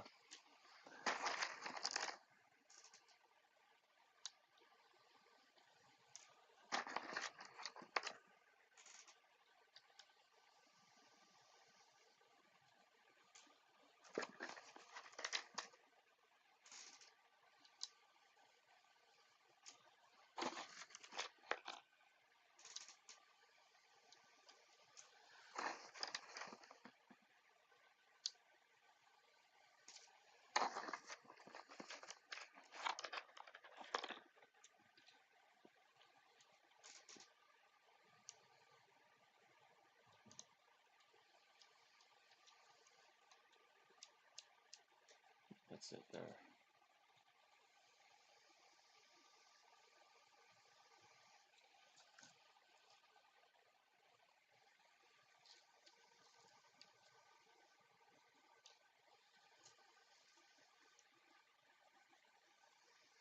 Yep.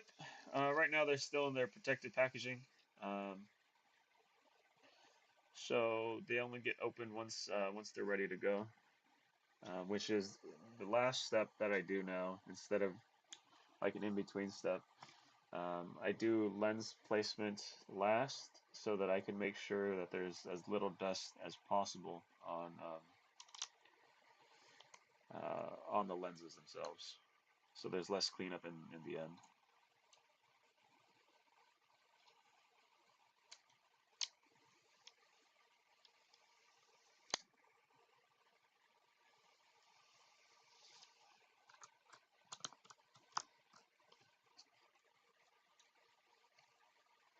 Oh, that's so good.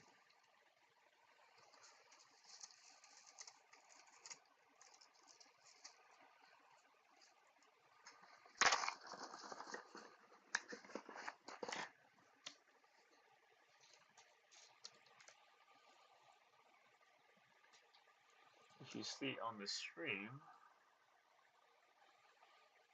this guy here is sitting here because he got scratched on the top. So I had to replace that. Now he just sits there.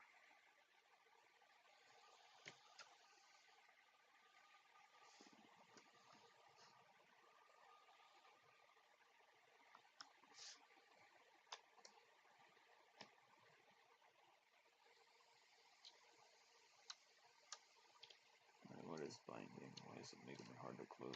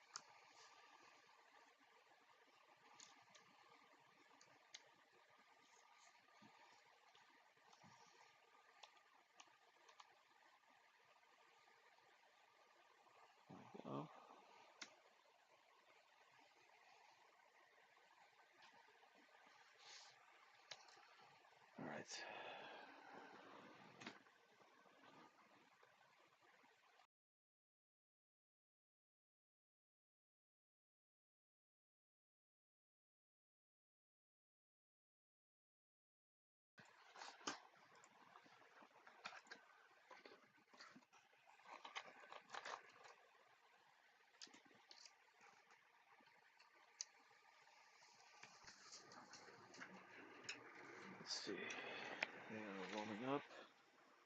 They should be printing now. Is it 20 minutes? I think I did set it to 20 minutes.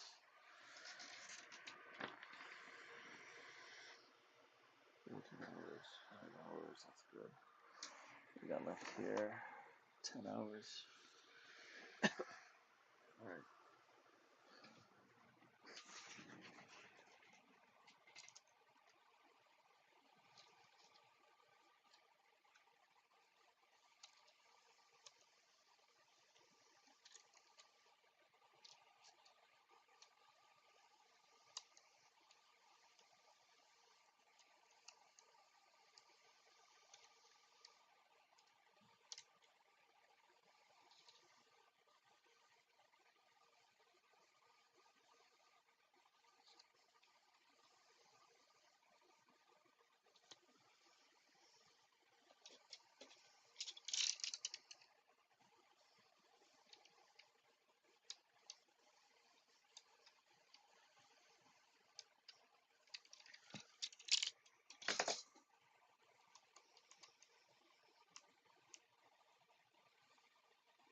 So strange.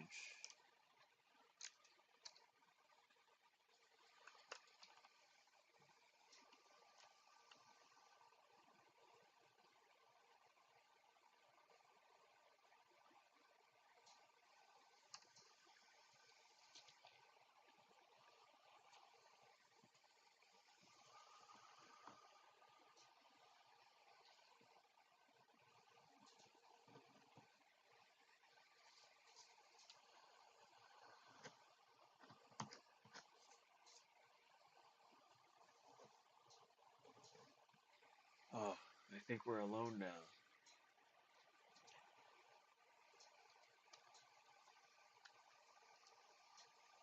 I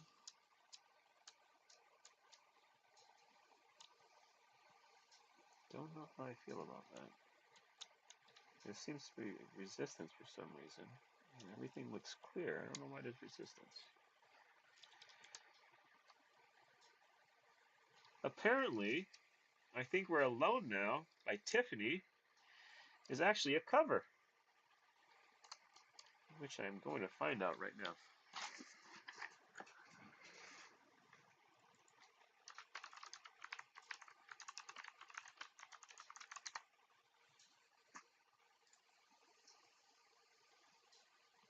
By Tommy James and the Shondells. It's the original. I Think We're Alone Now. It's crazy.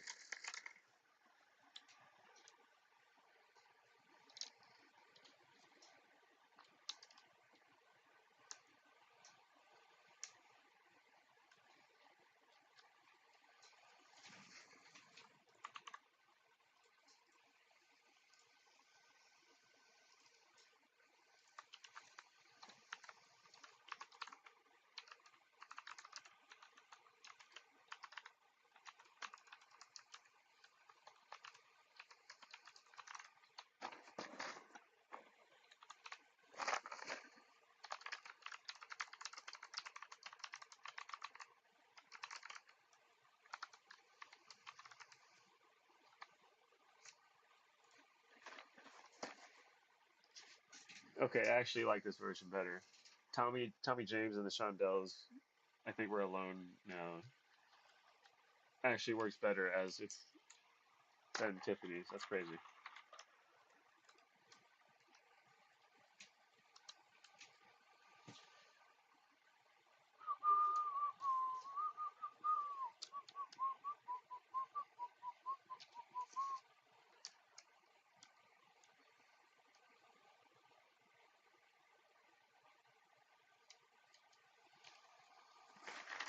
So I have this terrible, terrible Ryobi table saw.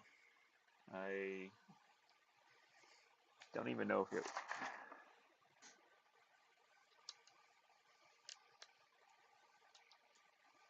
Oh, there we go. I need to make a crosscut sled for it. And for some reason, it has these. I don't know. It's like a T slot rather than being just a 3/4 inch groove. Maybe the T slot holds better. I don't know, but I know it has a T slot versus a standard channel that uh, you can run.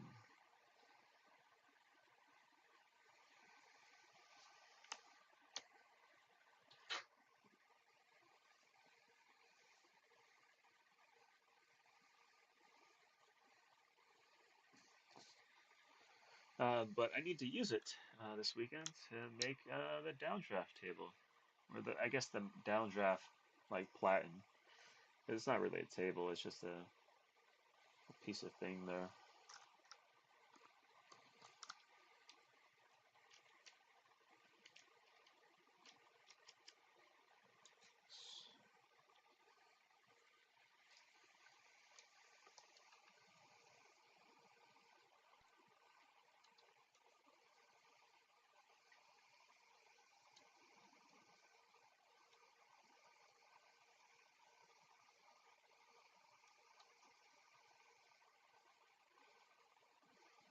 Which one is it?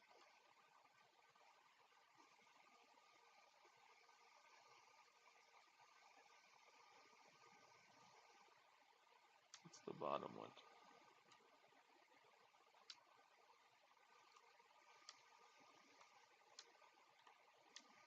Yeah, it's the bottom one. Bottom one's closing at an angle. I'm gonna find a better one. Let's see here.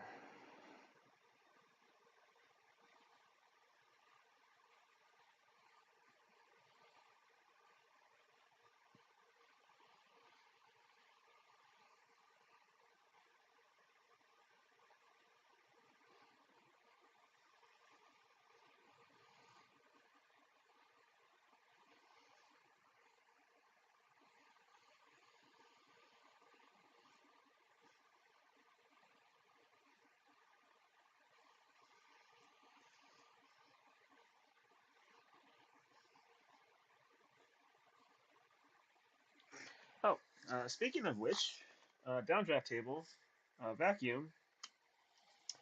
I got this guy. Uh, it's a Vac Master Shop Vac um, for 40 bucks on Amazon.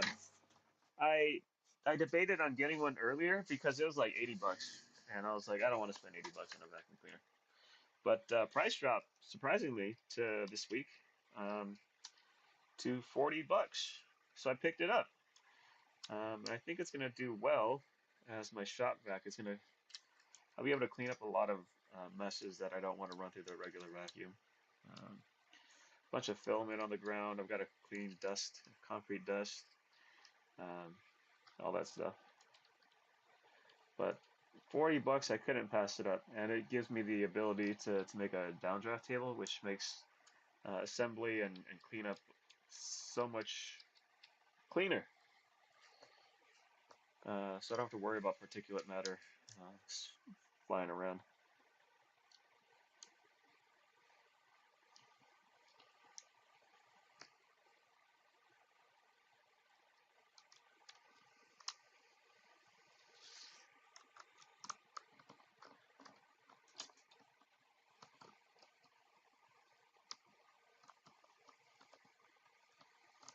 Yeah, put it in wrong.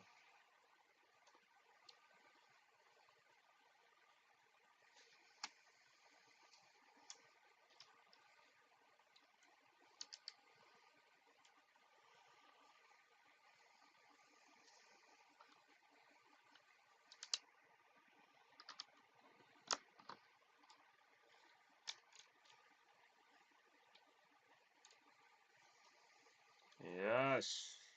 Yes.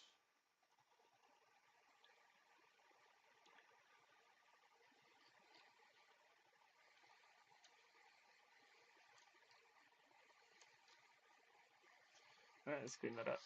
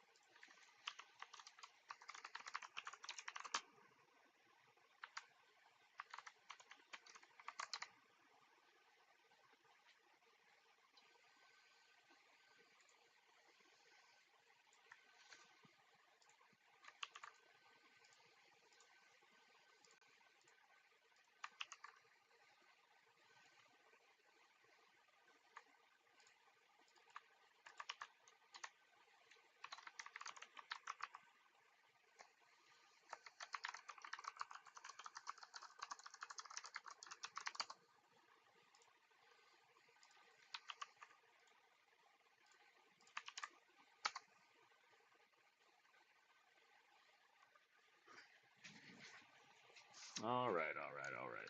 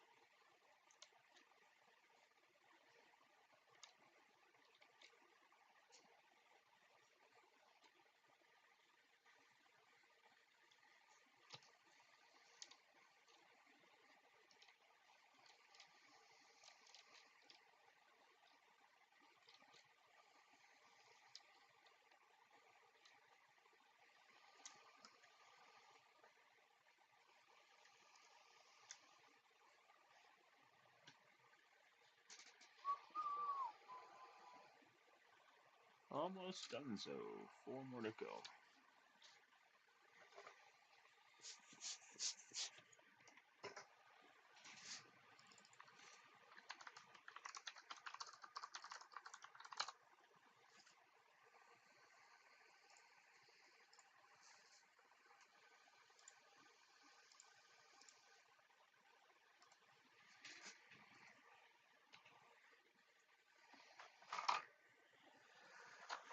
Alright, let's see where we are. Are they printing? They're printing. Are they printing well? Adhesion is good. A lot of streaming. They're printing well.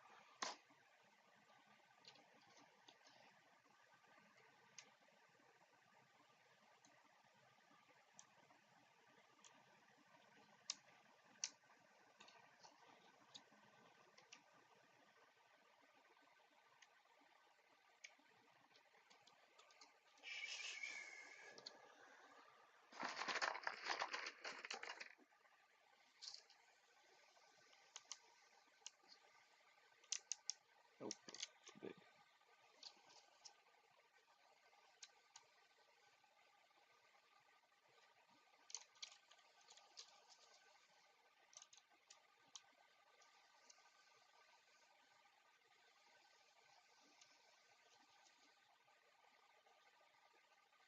It's actually good.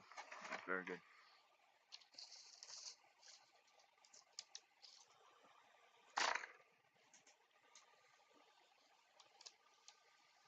Oops. Double stacking.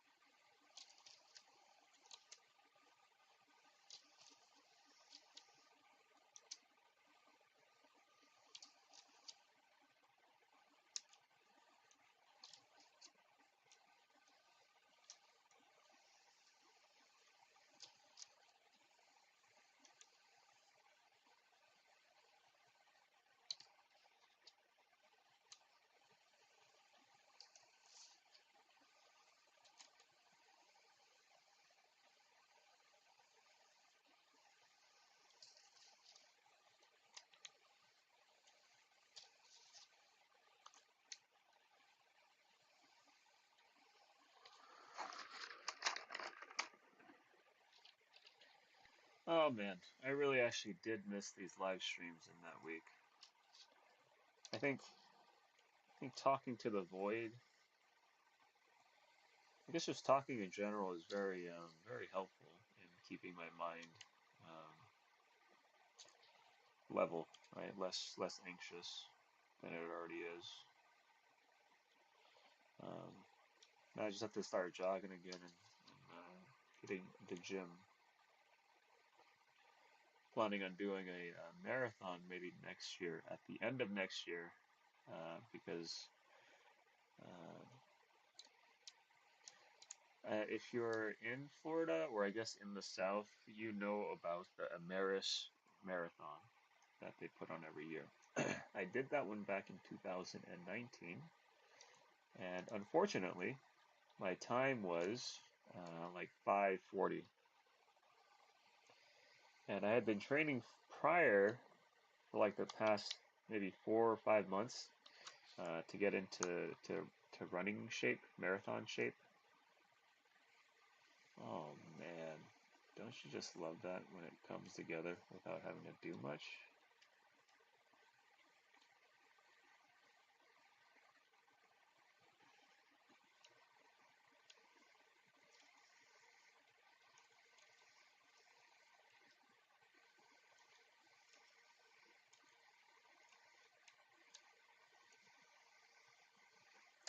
That's an okay.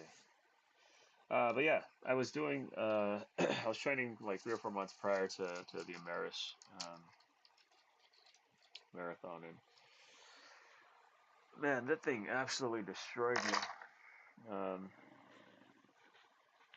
I was good for like 13, 14 miles, half marathon, but after that, like people say that you kind of just go numb and keep running. I was no, I kept dying. Like that, I was dead. It was a terrible experience running. But once I got it finished, it was very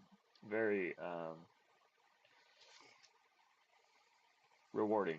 The runs are always rewarding, even though they suck uh, while you're doing it. But it felt so good passing that finish line, even though by the time I got there, the majority of the crowds were gone and it was just stragglers like me coming in, right? And so long as I beat that 6 hour time limit, right? I'm fine with that. That was the 6 hour time limit was, I think, their cutoff time for placing. But so long as I beat that, fine, totally fine. Uh, but I wanna run it again, and I want to get at least 4 hours, right? I'd like to get at least somewhere close to four and a half, 4:45, 4:59 and 59 seconds. Fine, so long as I have a four in front of it. Uh,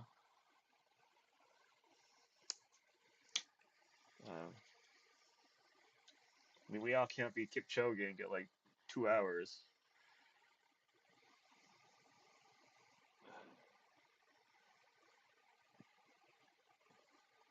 But yeah, I gotta start running again. Start hitting the gym again. Uh, the talking does wonders for imaginary demons in my head. I guess imaginary negative feed. It's a negative feedback loop that is all in my head, and talking, even about the randomest stuff, helps alleviate some of that.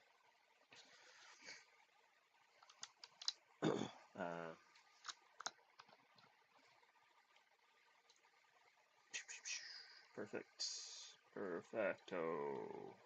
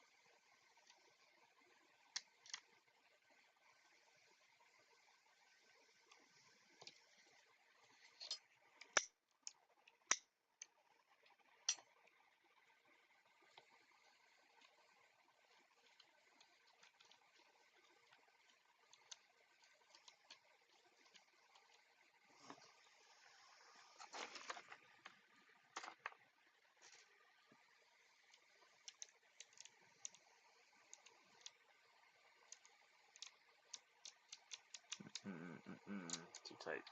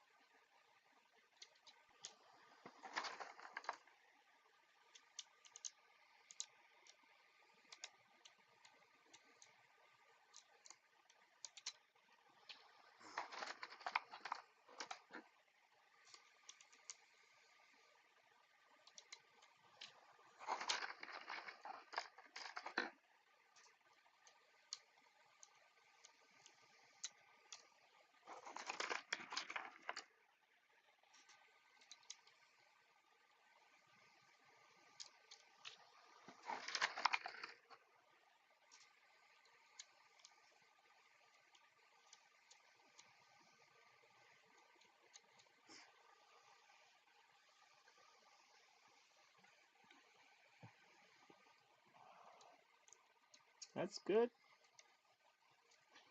There's a little resistance that I'm feeling. Um, don't know where though.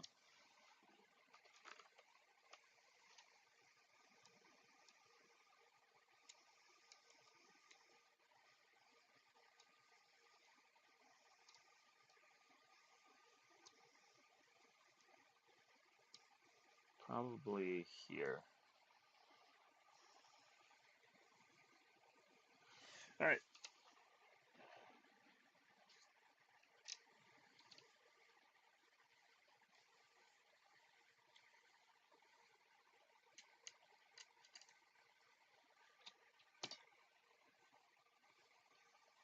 Yeah.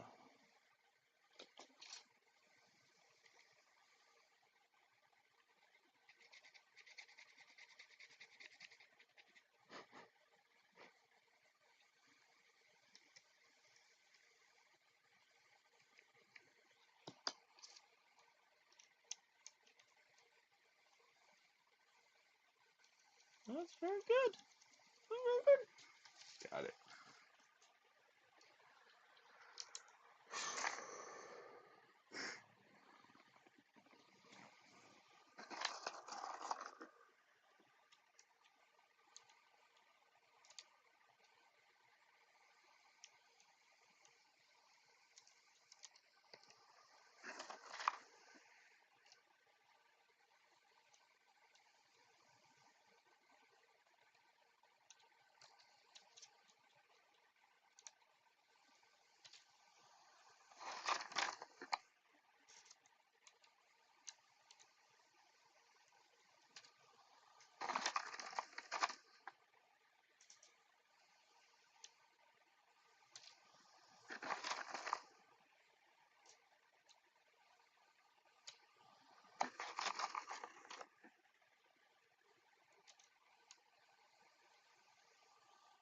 Ah,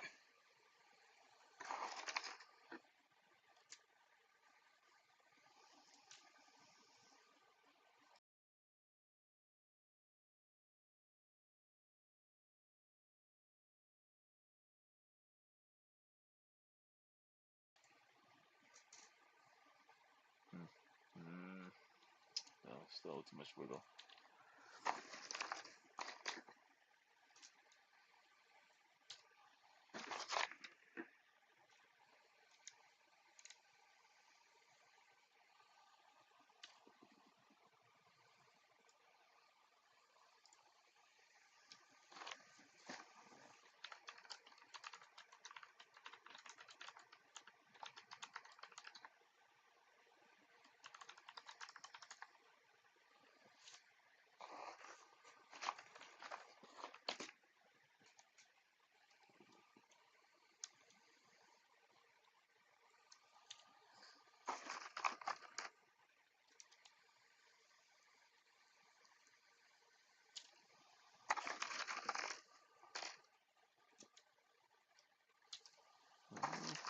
Might be pushing it here.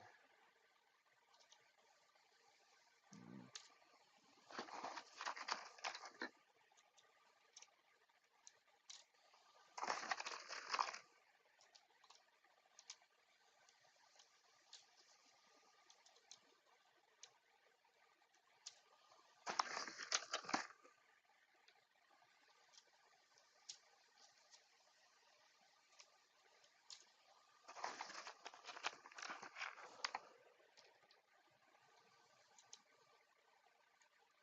That's a bad one. Cycle.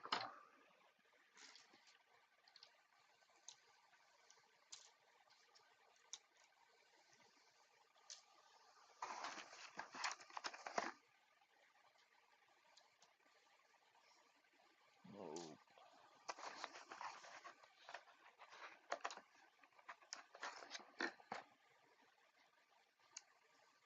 No.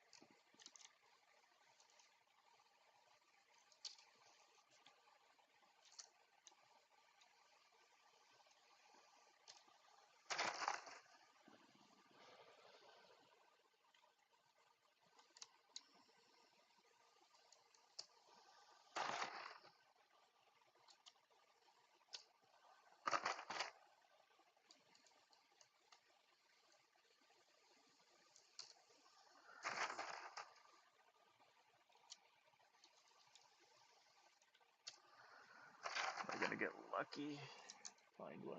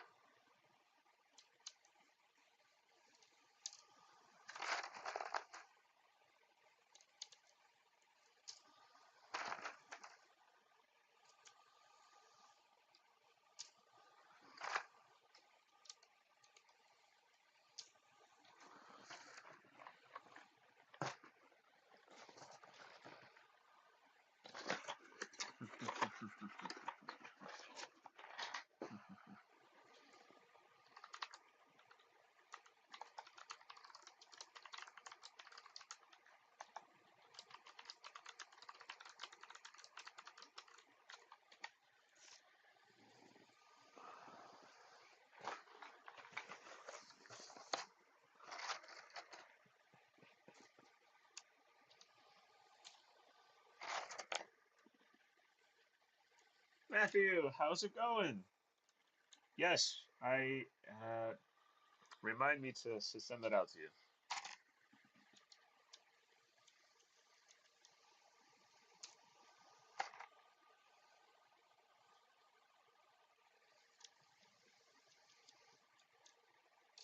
I appreciate you stopping by. We're at the tail end of the stream here. I'll be going off in about 30 minutes. But this is just me making sure the assemblies, or the aperture assemblies, work correctly. And right now, going through all of these, I'm not getting any luck with them. So I might have to work on another area and wait for the aperture lenses or aperture blades to finish printing.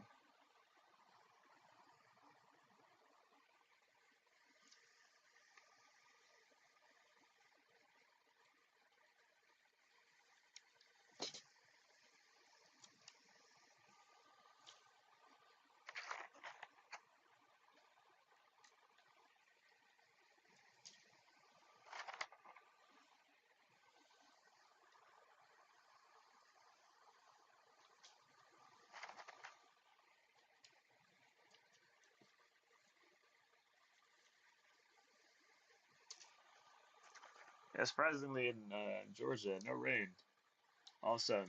It's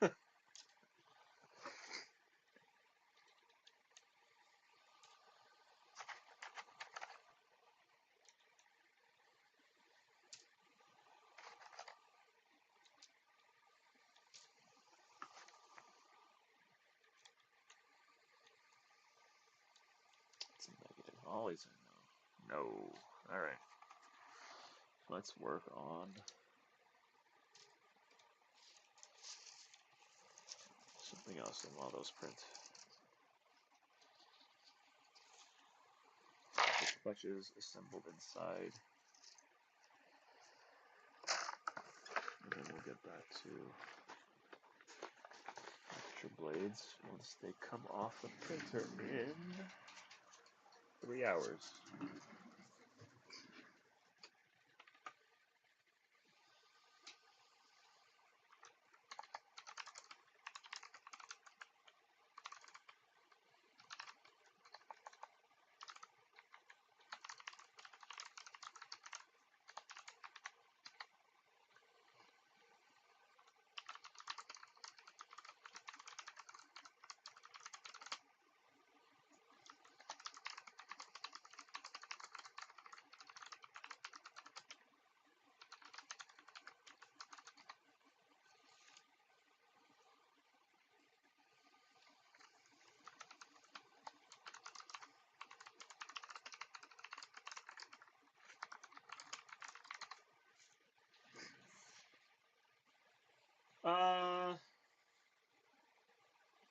everything is pretty straightforward. The tools you probably need. This is a 1.6 millimeter drill bit. You'll probably need a 2 millimeter drill bit too. And so I recommend this all the time. I don't I don't know who doesn't recommend it, but this is a an M 1.6. Oh, I'm sorry. 1.2 millimeter drill bit. M 1.6 tap because I've had this happen. Um, if you don't tap the threads, there's enough heat that gets generated in cutting into the plastic that you can actually shear this head off, right? So the torque that you apply to it is adding is heating up the screw through friction, and then when you torque it too hard, the head snaps off, and then you're stuck with um, a very tiny screw body inside of a 3D print, and then you'll have to print it again.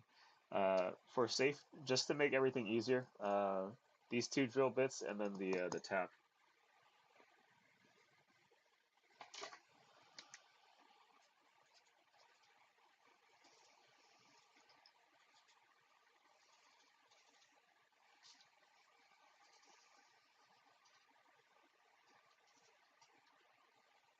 So those two, and then everything is indexed. Everything should be indexed correctly. So all you have to do is print the parts to size, assemble everything, and then screw it together. I have a video for the Sony E-mount, and it's pretty much the same thing. But if you have any troubles, shoot me an email. If you want to stop by on Thursday, if you're going to print it, feel free to stop by the live stream, ask some questions. Um, but everything is relatively straightforward.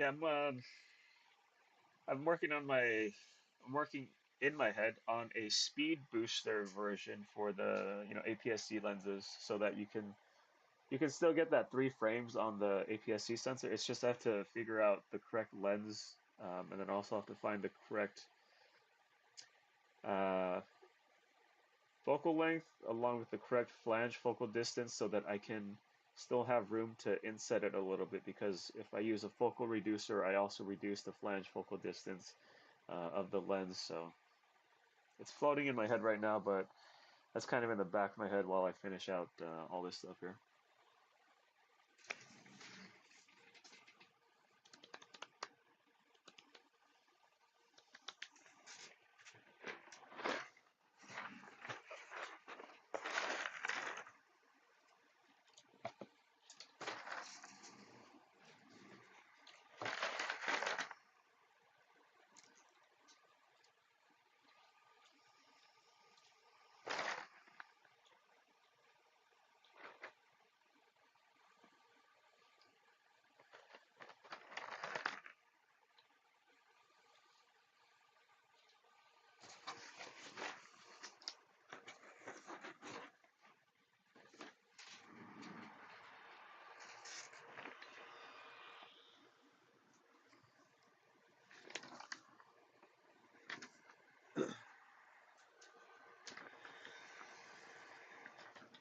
All right.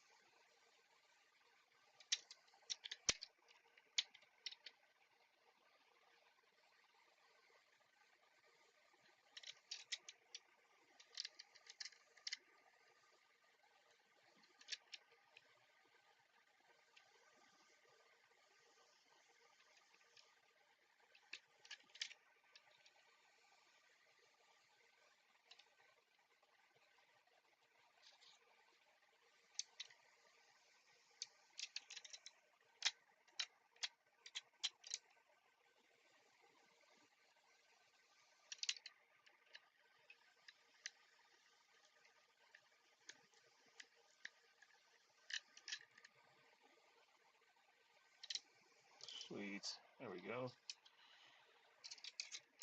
All right, let's put those back over there. Here's my duster. It is.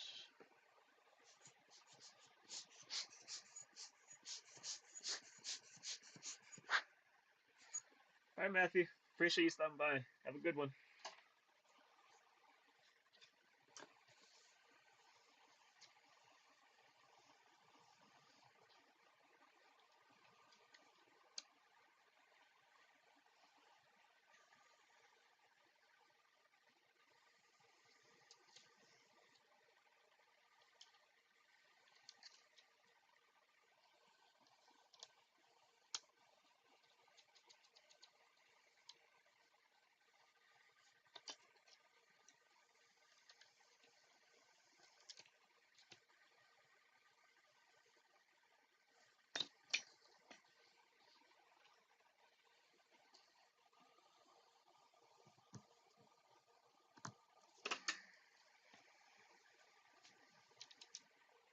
There we go. Okay.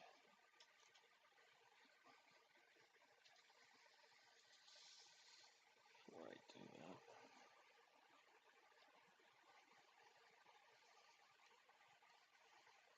let's run through that.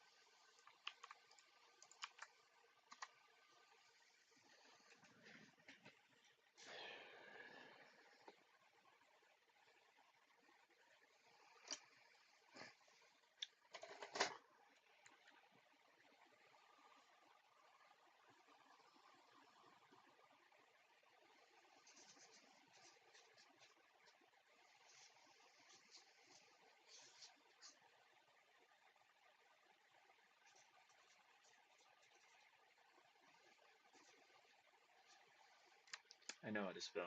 I know how to spell. All right. So I'm gonna put it on mute for the vacuum. Let me show you how this guy works here. So this is the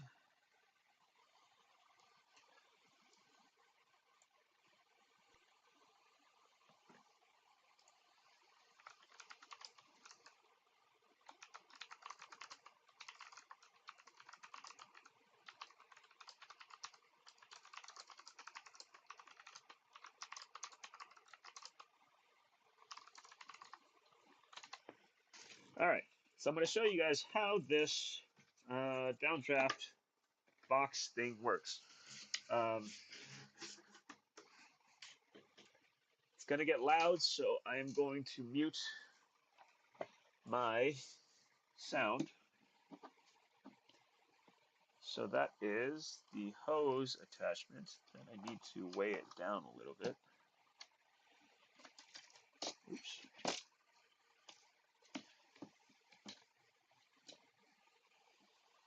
All right.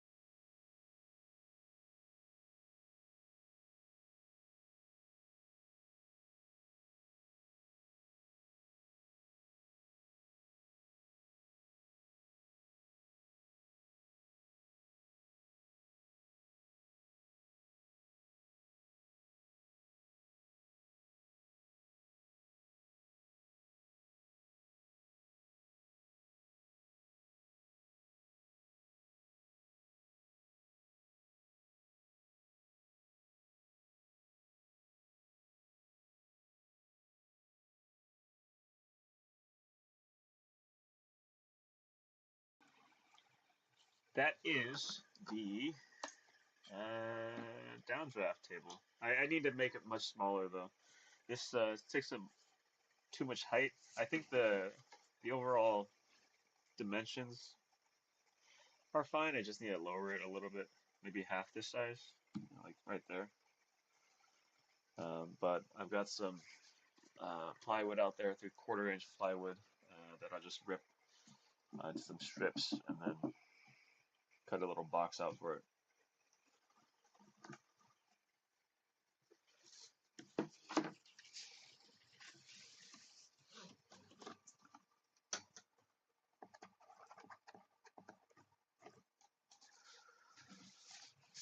All right. Yeah, right now it's too cumbersome to use on the table. I've got to get some clamps down so I can clamp it down to the table um, and just use it so that it doesn't get all messy.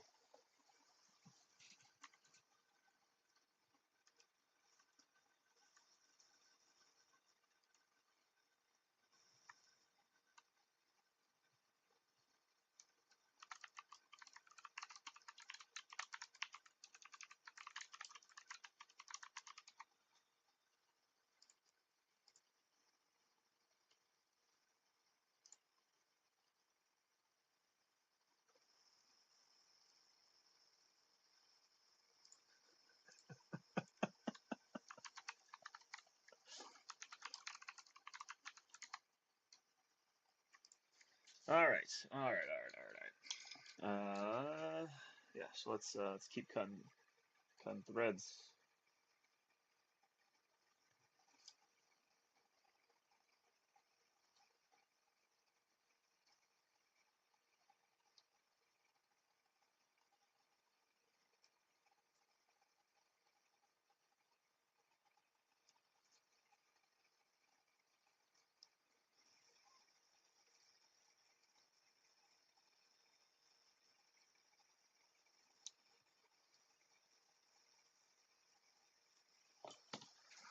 Such a good song. Who is this? Danita, nothing can keep you from me.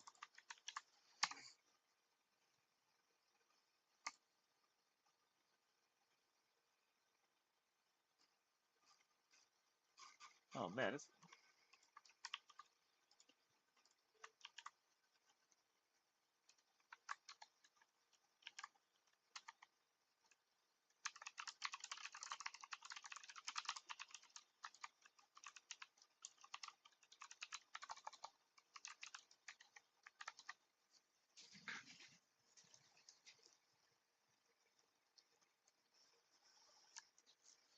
oh boy, we're getting to the end of the stream here. So, plan for this week.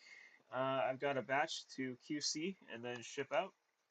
Um, I'm going to be contacting RF folks who I haven't sent the lens out to yet. Try to get that resolved. Then I'll be working on 124 to 135 this week. Hopefully finishing Friday, and then on that same Friday we'll get started on the next batch to send out here. Um then on the weekend, obviously I've got to do the wheel stud, which is going to be a pain. So I might snap more than one of them. Uh, so we'll get that done. Probably do an oil change along with it too. Other than that, just more processing or more production stuff.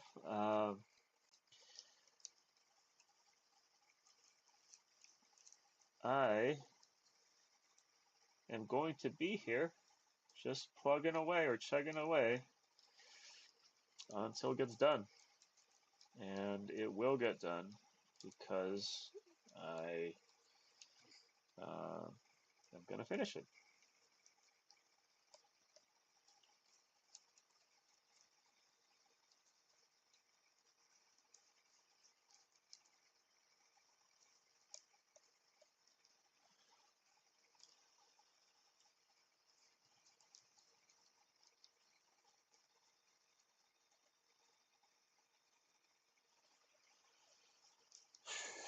So Friday should be a shipping day to ship the batch that I'm QCing this week. I'll be QCing this batch next week along with the other one that I'm going to be starting. I think I should make it in time. Um, so that'll take us down to 50 left, and then if I just keep on rolling, it shouldn't take me any longer than the end of November to finish these and then get onto the other orders. Of which you got to remind me, I've got to stop the orders for the website because I don't really want to do them. Um, because in my head, I'm gone. I'm done with this project already, right? I'm so done.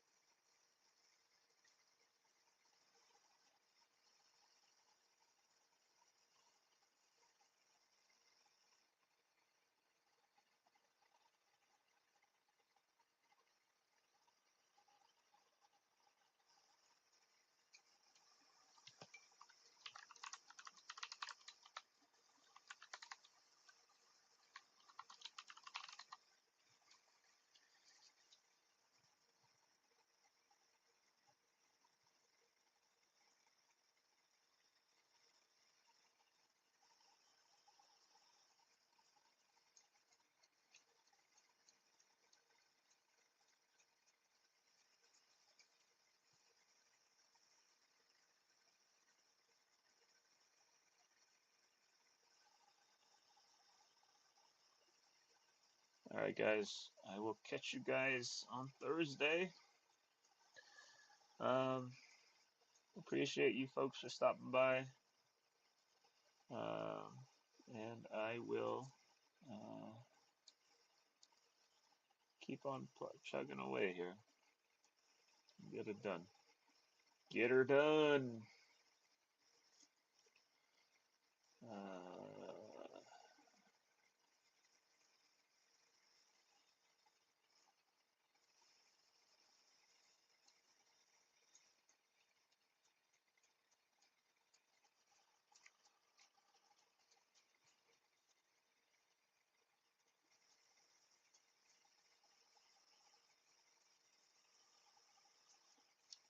Before I go, I want to leave you guys with a song that I just found from an artist I just discovered.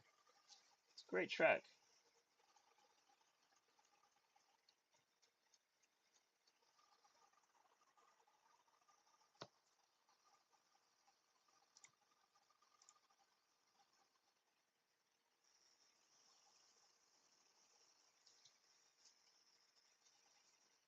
And that should close out the stream, guys. We'll close it out with that. Um, yeah, plans for this week: send out QC and send out a batch of 10. Um, Build these out and then start on the other ones Friday. Uh, QC on Saturday. Um,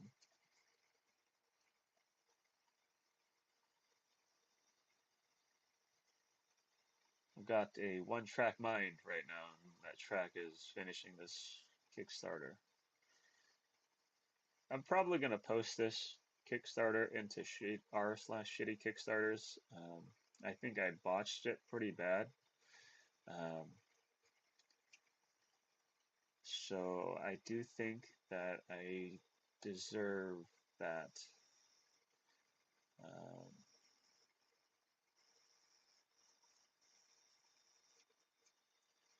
so you'll probably see me if you frequent that subreddit. But until then, I'll see you guys. Have a good one. Oh, alright, I have to end the stream. Let me finish tapping these holes.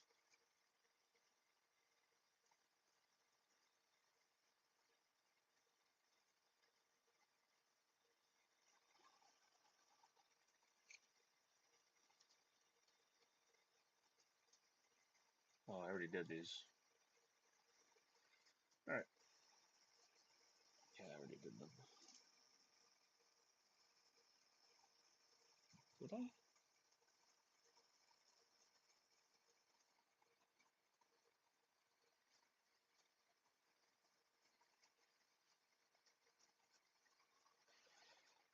Oh, all right.